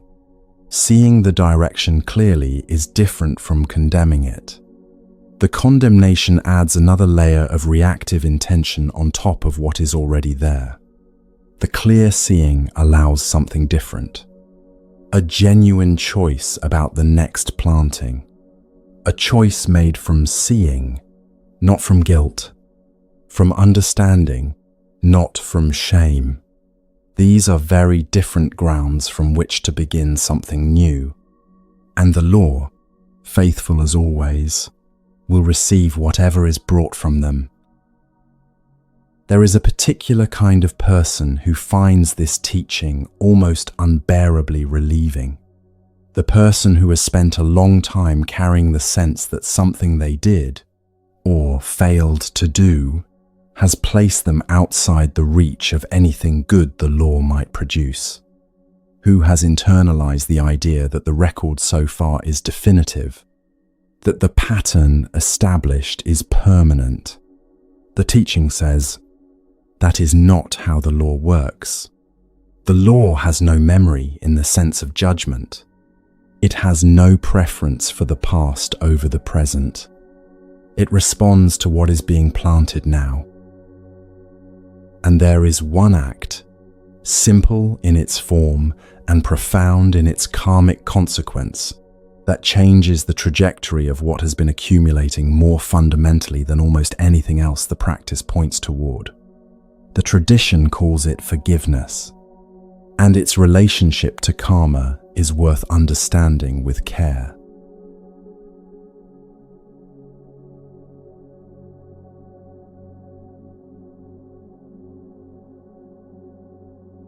She still flinches when she hears the name. Years have passed. The situation resolved itself, in the way situations eventually do, without resolution. But the body has not finished with it. The name arrives, and something tightens across the chest. A slight closing, a bracing that happens before any thought has formed. The body knows what the mind has been holding long after the mind has decided to move on. This is what unforgiveness feels like from the inside. Not dramatic in the way that pain is dramatic. A low, steady occupation, a portion of the mind's available space given over, permanently it feels, to someone who is not here. A portion of the body's available steadiness spent, again and again, on a situation that ended long ago. The Buddhist teaching on forgiveness begins here, in the body, in the involuntary response to a name, in the energy being spent every time the mind revisits the wound on something that is happening entirely inside the person who is holding it. The Dhammapada states this with a directness that lands differently the more it is sat with. Hatred is never appeased by hatred in this world. By non-hatred alone is hatred appeased. This is a law eternal. The word eternal here is not rhetorical. The tradition is making a claim about the structure of reality. The same claim it makes about impermanence and about the nature of intention. Hatred, fed by hatred, does not diminish. It compounds. The mechanism is the same one that governs every other form of karma. What is fed grows. What is repeated deepens. What the mind returns to becomes more automatic with each return. And resentment is a form of return. Every time the mind replays the grievance, revisits the wound, runs the testimony again, it is not remembering the past. It is generating new karma in the present moment. The original harm happened once. The resentment happens every time the mind goes back. The person who caused the harm may be entirely unaware that this is occurring. The person holding the resentment experiences it fully, each time in the body. This is the inversion the Buddhist teaching on forgiveness offers. Forgiveness is not primarily something done for the person who caused harm. It is something done for the mind that is still carrying the harm. The old teachers sometimes express this with blunt precision. Holding resentment is like drinking poison and watching to see if the other person suffers. The other person, most of the time, has moved on. The person holding the resentment is the one still drinking. The Kakakupama Sutta, the source simile in the Majjhima Nikaya, takes this to its most radical expression. The Buddha tells his monks that even if bandits were to carve them limb from limb with a two-handled saw, any one of them who let anger arise toward the bandits would not be following his teaching. The instruction is to maintain loving kindness even then, to let the mind that could generate loving kindness in that moment be the measure of the practice. This is not a teaching that is comfortable to sit with. It should not be. It is not asking for comfort. It is pointing toward a quality of mind so trained in the impersonality of the law, so genuinely rooted in the understanding of what hatred costs the one who holds it, that even in extremity the mind reaches for something other than the compounding of harm. The saw simile is not a moral demand. It is a description of what full understanding of karma actually produces in a mind that has genuinely absorbed it. Most people will not be in the position of the saw. Most resentments are ordinary ones. A betrayal of trust, a cruelty delivered without apology, a person who took what was not theirs to take and left without acknowledgement. These are real harms. The tradition does not minimize them. What it asks is a very specific question about them. Who is continuing to be harmed by the holding of this?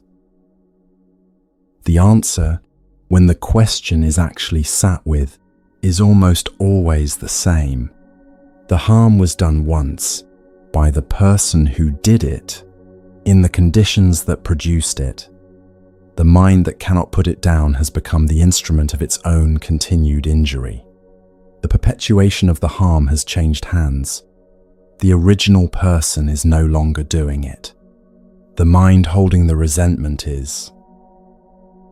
Forgiveness, in this frame, is not a moral virtue one earns by being generous. It is an act of precision, a recognition that the mind cannot afford to continue doing to itself what the original person did to it once. It is the decision to stop being the instrument of one's own harm. Critically, it is not agreement. The Buddhist teaching on forgiveness does not require the conclusion that what was done was acceptable. It does not require reconciliation. It does not require any contact with the person who caused harm, or any communication, or any change in the practical boundaries that protect against future harm. Forgiveness and accountability are not in conflict. One is an internal act. The other is an external one. Both can coexist. What forgiveness releases is the internal continuation of the injury, the mind that no longer has to flinch at a name. The Tibetan tradition adds something to this that the Theravada framing sometimes leaves implicit.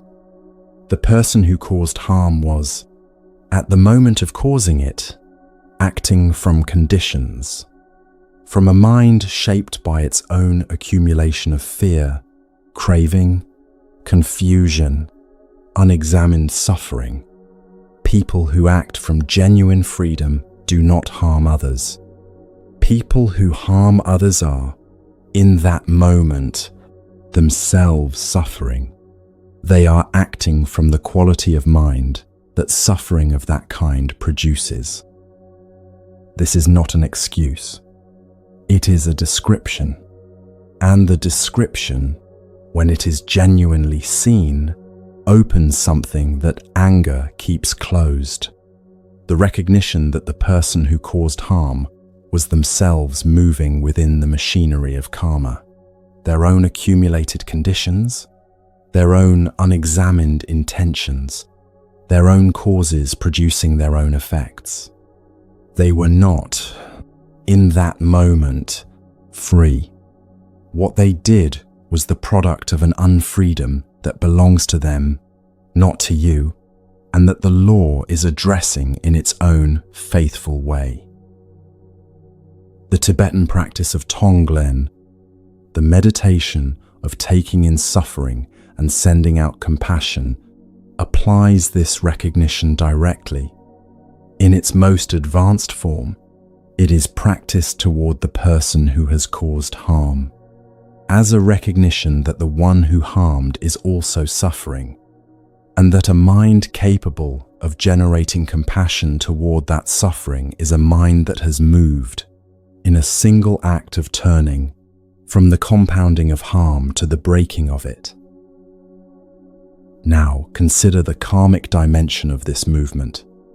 The mind that held resentment was, with each repetition, planting seeds of aversion, building the ground from which the next difficult encounter will be met with the same contracted quality, deepening the channel of reactivity, the mind that genuinely releases the resentment, that moves from the held grievance towards something that can acknowledge the suffering of the one who caused harm, plants something entirely different in the same moment.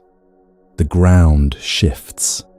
The channel that was being deepened in one direction begins, slowly, to fill. This is how forgiveness changes karma, through the accumulation of moments in which the mind, given the opportunity to reach for the grievance, reaches for something else.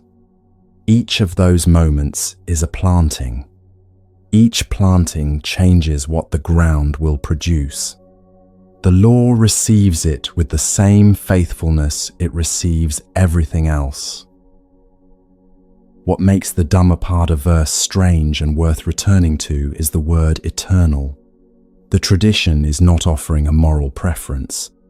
It is making a structural claim, the same kind of claim it makes about impermanence. Not that things should change, but that they do, as a matter of how reality is constituted. Hatred met with more hatred does not resolve. This is not aspirational. It is descriptive. The evidence available to anyone who has observed a cycle of mutual grievance across a family, a workplace, a community, or a generation confirms it. Harm answered with harm produces more harm. The law does not suspend itself for the particular case in which the anger seems justified. It operates the same way it always operates. The implication for practice is precise. The person who decides to stop feeding the cycle is making a unilateral karmic intervention. They are removing themselves from a sequence of cause and effect that would otherwise continue through them. The sequence does not require their participation. It simply ends their portion of it. What the other person does with their portion is their karma to tend. What this person does with theirs is the only portion actually available. This is a more empowering position than resentment ever provides. Resentment carries the sense of agency, the feeling that maintaining the wound is a form of justice, a refusal to pretend that what happened did not happen. But the agency is illusory. The person holding the resentment has no effect on the person they resent through the holding of it. They have an enormous effect on themselves. The decision to stop is the decision to reclaim the one form of agency that is actually available. What is planted in this mind, in this moment, from here forward? The Zen tradition approaches the same truth differently as it approaches most things. Where the Theravada gives a mechanism, Zen tends to offer a question. When a student came to a Zen teacher carrying a grievance against someone who had harmed them, the teacher's response was sometimes simply, "Where is that person right now?" And the student, looking, would find the person nowhere except in their own mind. The teacher would then ask, "And who is doing the holding?" The question has no comfortable answer, because the honest answer is that the mind is holding itself in a posture of injury for the benefit of no one. The question does not resolve the grief of what happened. It illuminates the unnecessary portion of the suffering, the portion that belongs, as always, to the second arrow. The practice of forgiveness, across all the traditions that carry this teaching, is not accomplished in a single sitting. It is a practice in the exact sense that meditation is a practice. The mind will return to the grievance. The body will flinch at the name. The old anger will arrive, sometimes with the full force of the original event, sometimes as a low, familiar ache. Each of these arrivals is an opportunity, a moment in which the mind can notice what has arrived, recognize what feeding it would cost, and choose, as many times as necessary, to not drink from it. The tradition does not promise this becomes easy. With serious harm, it may never become easy. What the practice produces is a widening of the space between the impulse toward resentment and the action of feeding it. That space is where freedom lives. Each moment the mind pauses in that space, rather than reaching for the familiar grip of grievance, is a moment of genuine practice. The law receives it with the faithfulness it always brings. The ground shifts, incrementally, in the direction of what is being repeatedly chosen. There is also something the tradition understands about the timing of forgiveness that is rarely said plainly. Forgiveness cannot be forced. A mind told it must forgive, before it has genuinely seen what the holding costs, will produce something that looks like forgiveness from the outside and feels like suppression from the inside. The suppression drives the resentment inward rather than releasing it, where it continues to shape plantings without the person knowing what is driving them. The practice the tradition points toward is a different movement. Seeing first. Seeing clearly what the resentment is, what it costs, what it continues to plant. From that seeing, the release becomes the natural response of a mind that has genuinely understood the situation. Understanding is the door the tradition points toward. There is a dimension of this teaching that addresses the harm done by oneself, the inward direction of the same practice, self-forgiveness. And the Buddhist treatment of this is one of the most philosophically strange and practically liberating things the tradition offers. Most people carry specific moments they cannot put down, things said in anger that change something permanently, failures of care at a crucial time, choices made from a version of themselves they have long since moved beyond but cannot seem to leave behind. The self-condemnation is often harsher than anything the person would apply to someone else in the same situation, and it functions identically to outward resentment. It is a return, again and again, to a wound that the returning keeps open. The Buddhist teaching on non-self offers something unexpected here.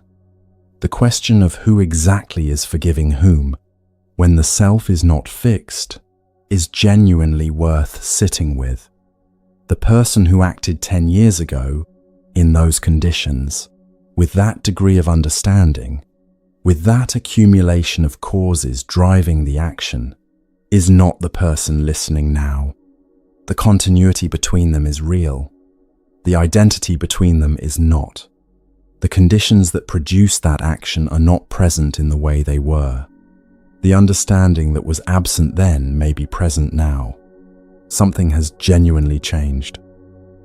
To treat the person one was 10 years ago as permanently definitive of the person one is now, is to misunderstand what karma actually teaches about identity. Karma is a direction, the tradition says, not a fixed point. The self-condemnation that insists on the permanence of the worst version of oneself is itself a second arrow, aimed inward with extraordinary precision at exactly the place where the first arrow already landed. Releasing it does not mean denying what was done. The tradition is clear that actions have consequences, and that honest acknowledgement of harm caused is itself a form of practice. What it means is choosing to no longer be the instrument of one's own punishment for what has already been acknowledged. The self that can acknowledge clearly, can change direction genuinely, can act differently in the next moment, is not served by the continued condemnation of the self that preceded it. The law will receive what is planted now. The question is, what is being brought to it?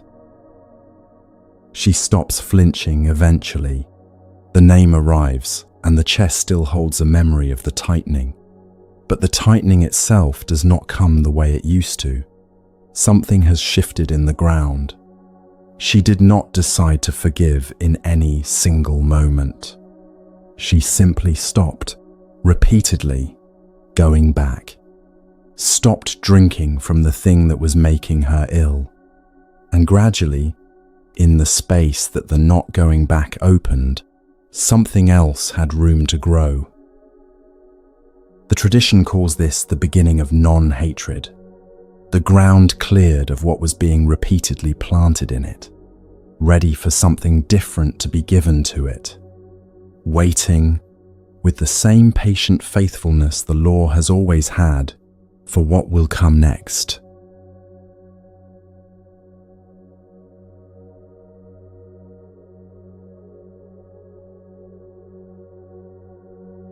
We wake before anything has been decided.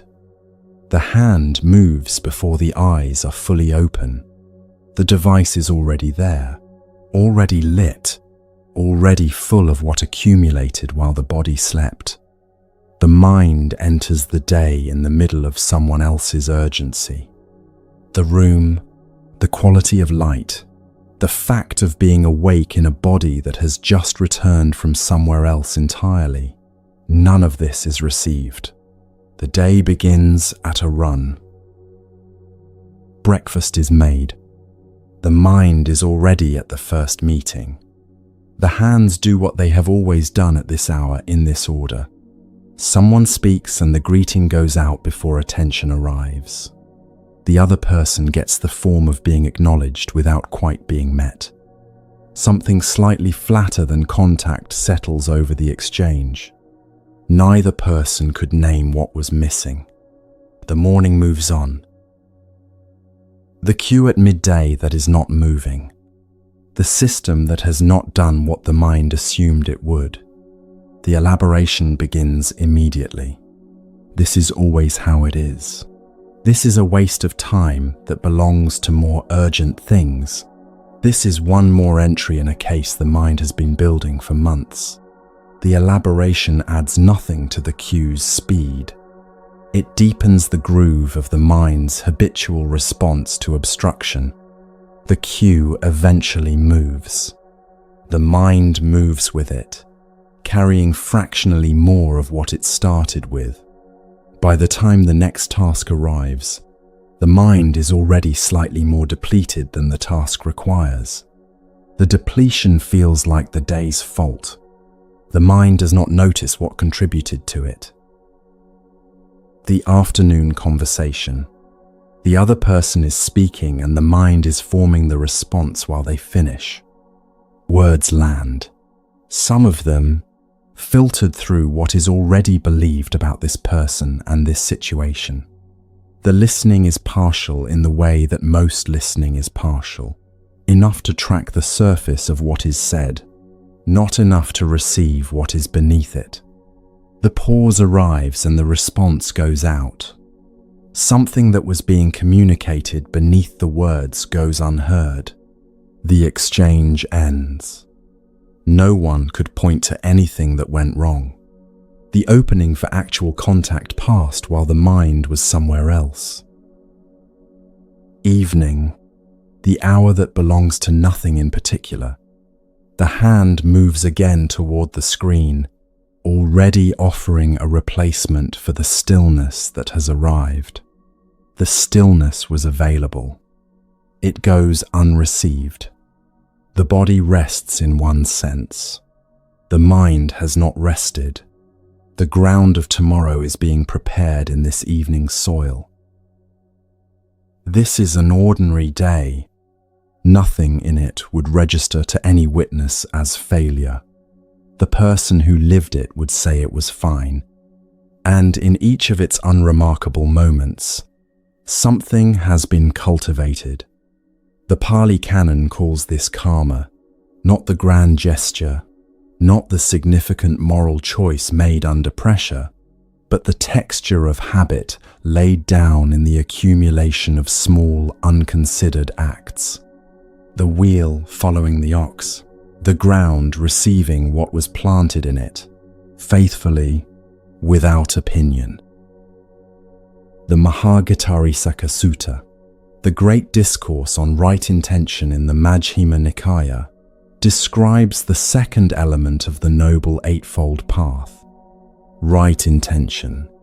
3 orientations the mind can cultivate: toward renunciation, toward goodwill, toward harmlessness. These are not aspirations reserved for monasteries or for exceptional moral situations. They are directions, tilts of the mind available in any ordinary moment. Renunciation in the ordinary does not mean giving things up. It means releasing the grip of craving in small moments. The impulse to reach for the screen before the stillness has been received. The pull to fill the quiet rather than inhabit it. A fractional loosening of that grip is renunciation in its most practical form. Goodwill in the ordinary is not grand love. It is the quality of wishing well to the person at the counter, even briefly, even when the queue is long. The greeting that carries genuine attention. Harmlessness is the word chosen when a sharper word was available. The tone left out of the message that would have landed in the body of the person receiving it as something to carry. In every ordinary moment, these 3 tilts are available to be chosen or ignored. The sutta is explicit about what these orientations are and what they are not. They are not achievements arrived at once and held permanently. They are directions. The mind that has brought goodwill to the morning greeting and then failed it entirely by noon has not lost the practice. The next moment is available. The tilt can be brought more fully to the next action regardless of how partially it was present in the last one. This is the precise framing that makes ordinary moment practice possible rather than exhausting. There is no performance to maintain. There is only what can be brought to what is here. The Anguttara Nikaya describes 2 kinds of people in their relationship to difficulty. The first reaches for clarity when crisis demands it, when the stakes are high enough to make the reaching feel urgent. The second has cultivated that clarity so consistently in ordinary moments that when crisis arrives, the clarity is already present, already a feature of the ground rather than something to be summoned. The patient response that arrives in the difficult moment without effort is not native temperament. It is the accumulated product of patient responses made in hundreds of moments when nothing important was at stake, when the patients had nothing obvious to gain, when no one was watching. The early suttas are precise about this. The difference between these 2 people is what was built during the unremarkable time between the crises. The dramatic moments call on what has been cultivated. They do not cultivate it. What cultivates it is the small return, repeated, quiet, in the hours no one considers significant. The presence brought to the low-stakes conversation is what generates the capacity for presence in the conversation that matters most. The quality of attention given to the ordinary task is what trains the mind toward a quality of attention that will be available when the task is not ordinary at all. This is the argument the early teachings keep returning to. The ordinary day is the practice. All of it. Not a preparation for practice that happens elsewhere. The practice itself. Now the same day, same room, same sequence of hours. Nothing in the circumstances changed. We wake. The hand moves toward the device and stops. Not for long. One breath taken in the actual room before the day has been allowed to name itself. The quality of the light, the weight of the body, still carrying sleep before it has been converted into an instrument of the morning's demands. 5 seconds, maybe fewer, then the reach.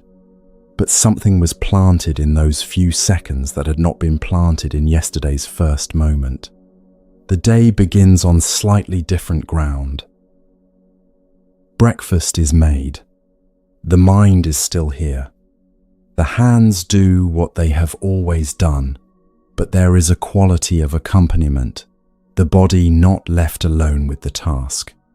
Someone speaks and the attention arrives before the words are finished. The other person is met, quietly, nothing effusive, just someone actually present on this side of the exchange. The quality of contact is different. The person who received the greeting will carry something in the body that the first version of the greeting did not deliver, a quality of having been seen, brief as it was, that settles differently than the form of acknowledgement without attention. The morning carries it forward. The cue at midday that is still not moving. The frustration arrives the way the first arrow always arrives. And then there is an interval. The mind notices what it is about to do, the elaboration, the adding of weight to an already inconvenient moment, and pauses before doing it. The cue is slow. That is the whole of it. The elaboration is not planted.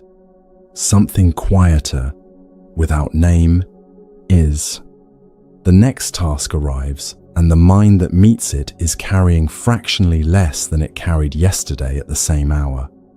This will not feel like anything in particular. It will feel like a slightly more ordinary afternoon than usual. The afternoon conversation. The other person is speaking, and the mind is here for more of it than yesterday. The pull toward forming the response too soon is felt and, partially, set aside. Something beneath the words is given a moment to arrive. A quality of being genuinely received enters the exchange. The other person may not be able to name it. They will carry it in the body regardless, in the quality of having been listened to rather than waited out. This exchange, like the greeting, like the pause at the cue, will not appear in any account of significant events. The law of karma registers none of this hierarchy. It receives what is planted with the same faithfulness it brings to everything.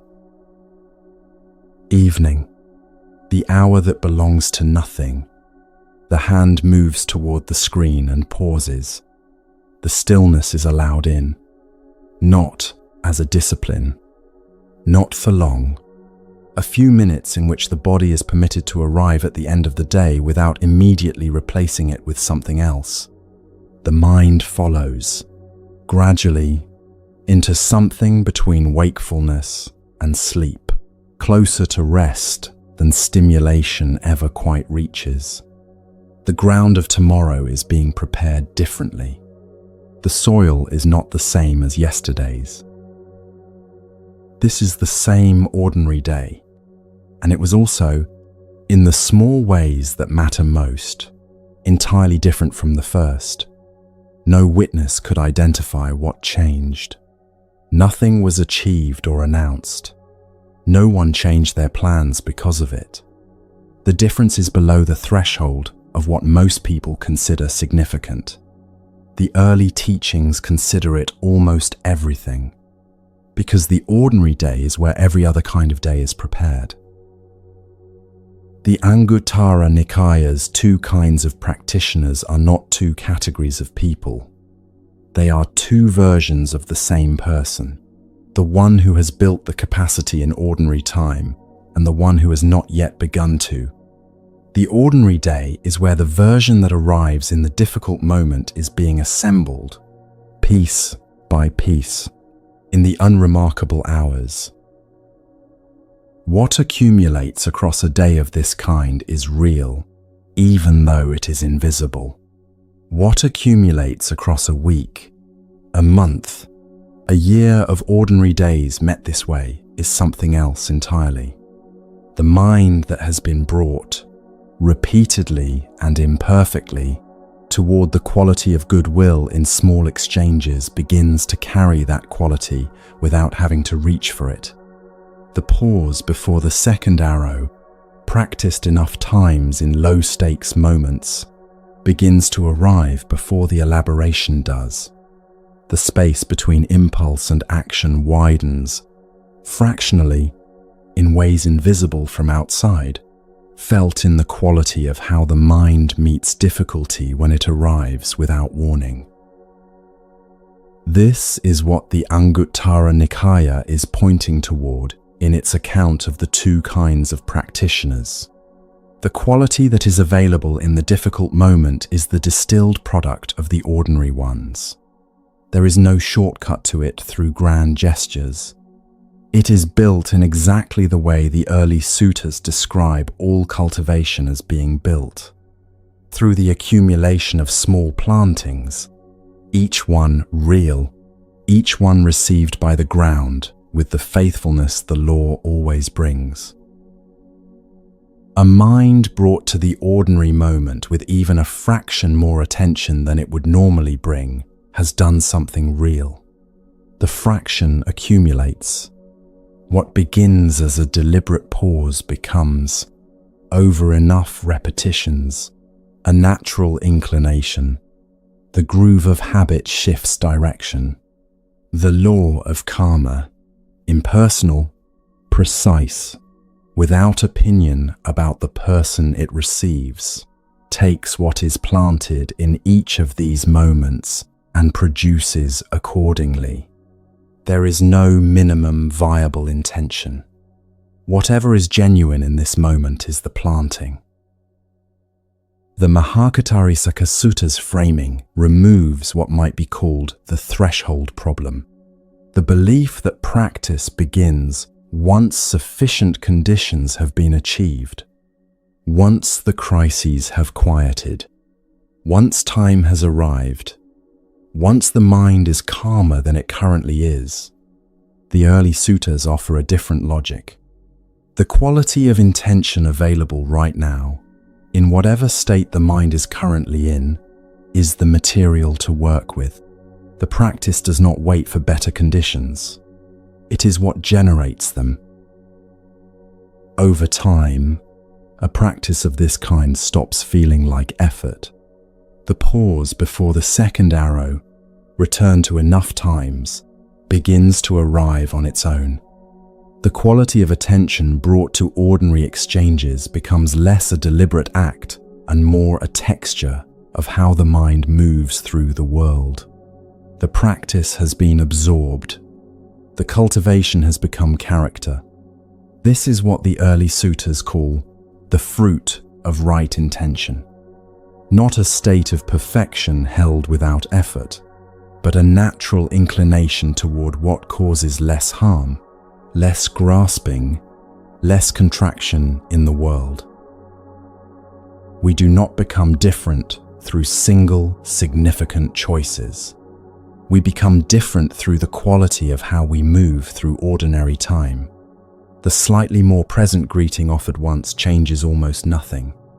Offered as a cultivated habit, built in the moments when it required nothing, so that it is available in the moments when everything is required. It reshapes the ground from which everything else arises. This is what the whole of this listening has been pointing toward. The quiet, incremental, ordinary work of bringing something fractionally more awake to each available moment. We began this listening with a question about karma buried inside a video that called it fate. The early teachings answer differently. Karma is not what happens to us. It is what we bring to what happens. The intention behind the action, the quality of mind that precedes the word, the choice, available in every ordinary moment, to meet what is here with something approaching clarity and care. That choice is available now, in the quality of how this listening is being received, in the quality of what the mind does when this ends, in the first ordinary thing that follows. The law is ready for it. The ground is ready for it. The early suttas, patient as they have always been, have been pointing here all along.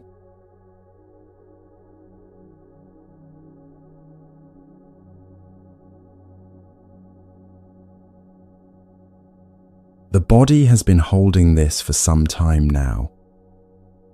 The breath is different from what it was. Slower. The chest a little less braced. Something has happened in the listening that the mind did not need to track.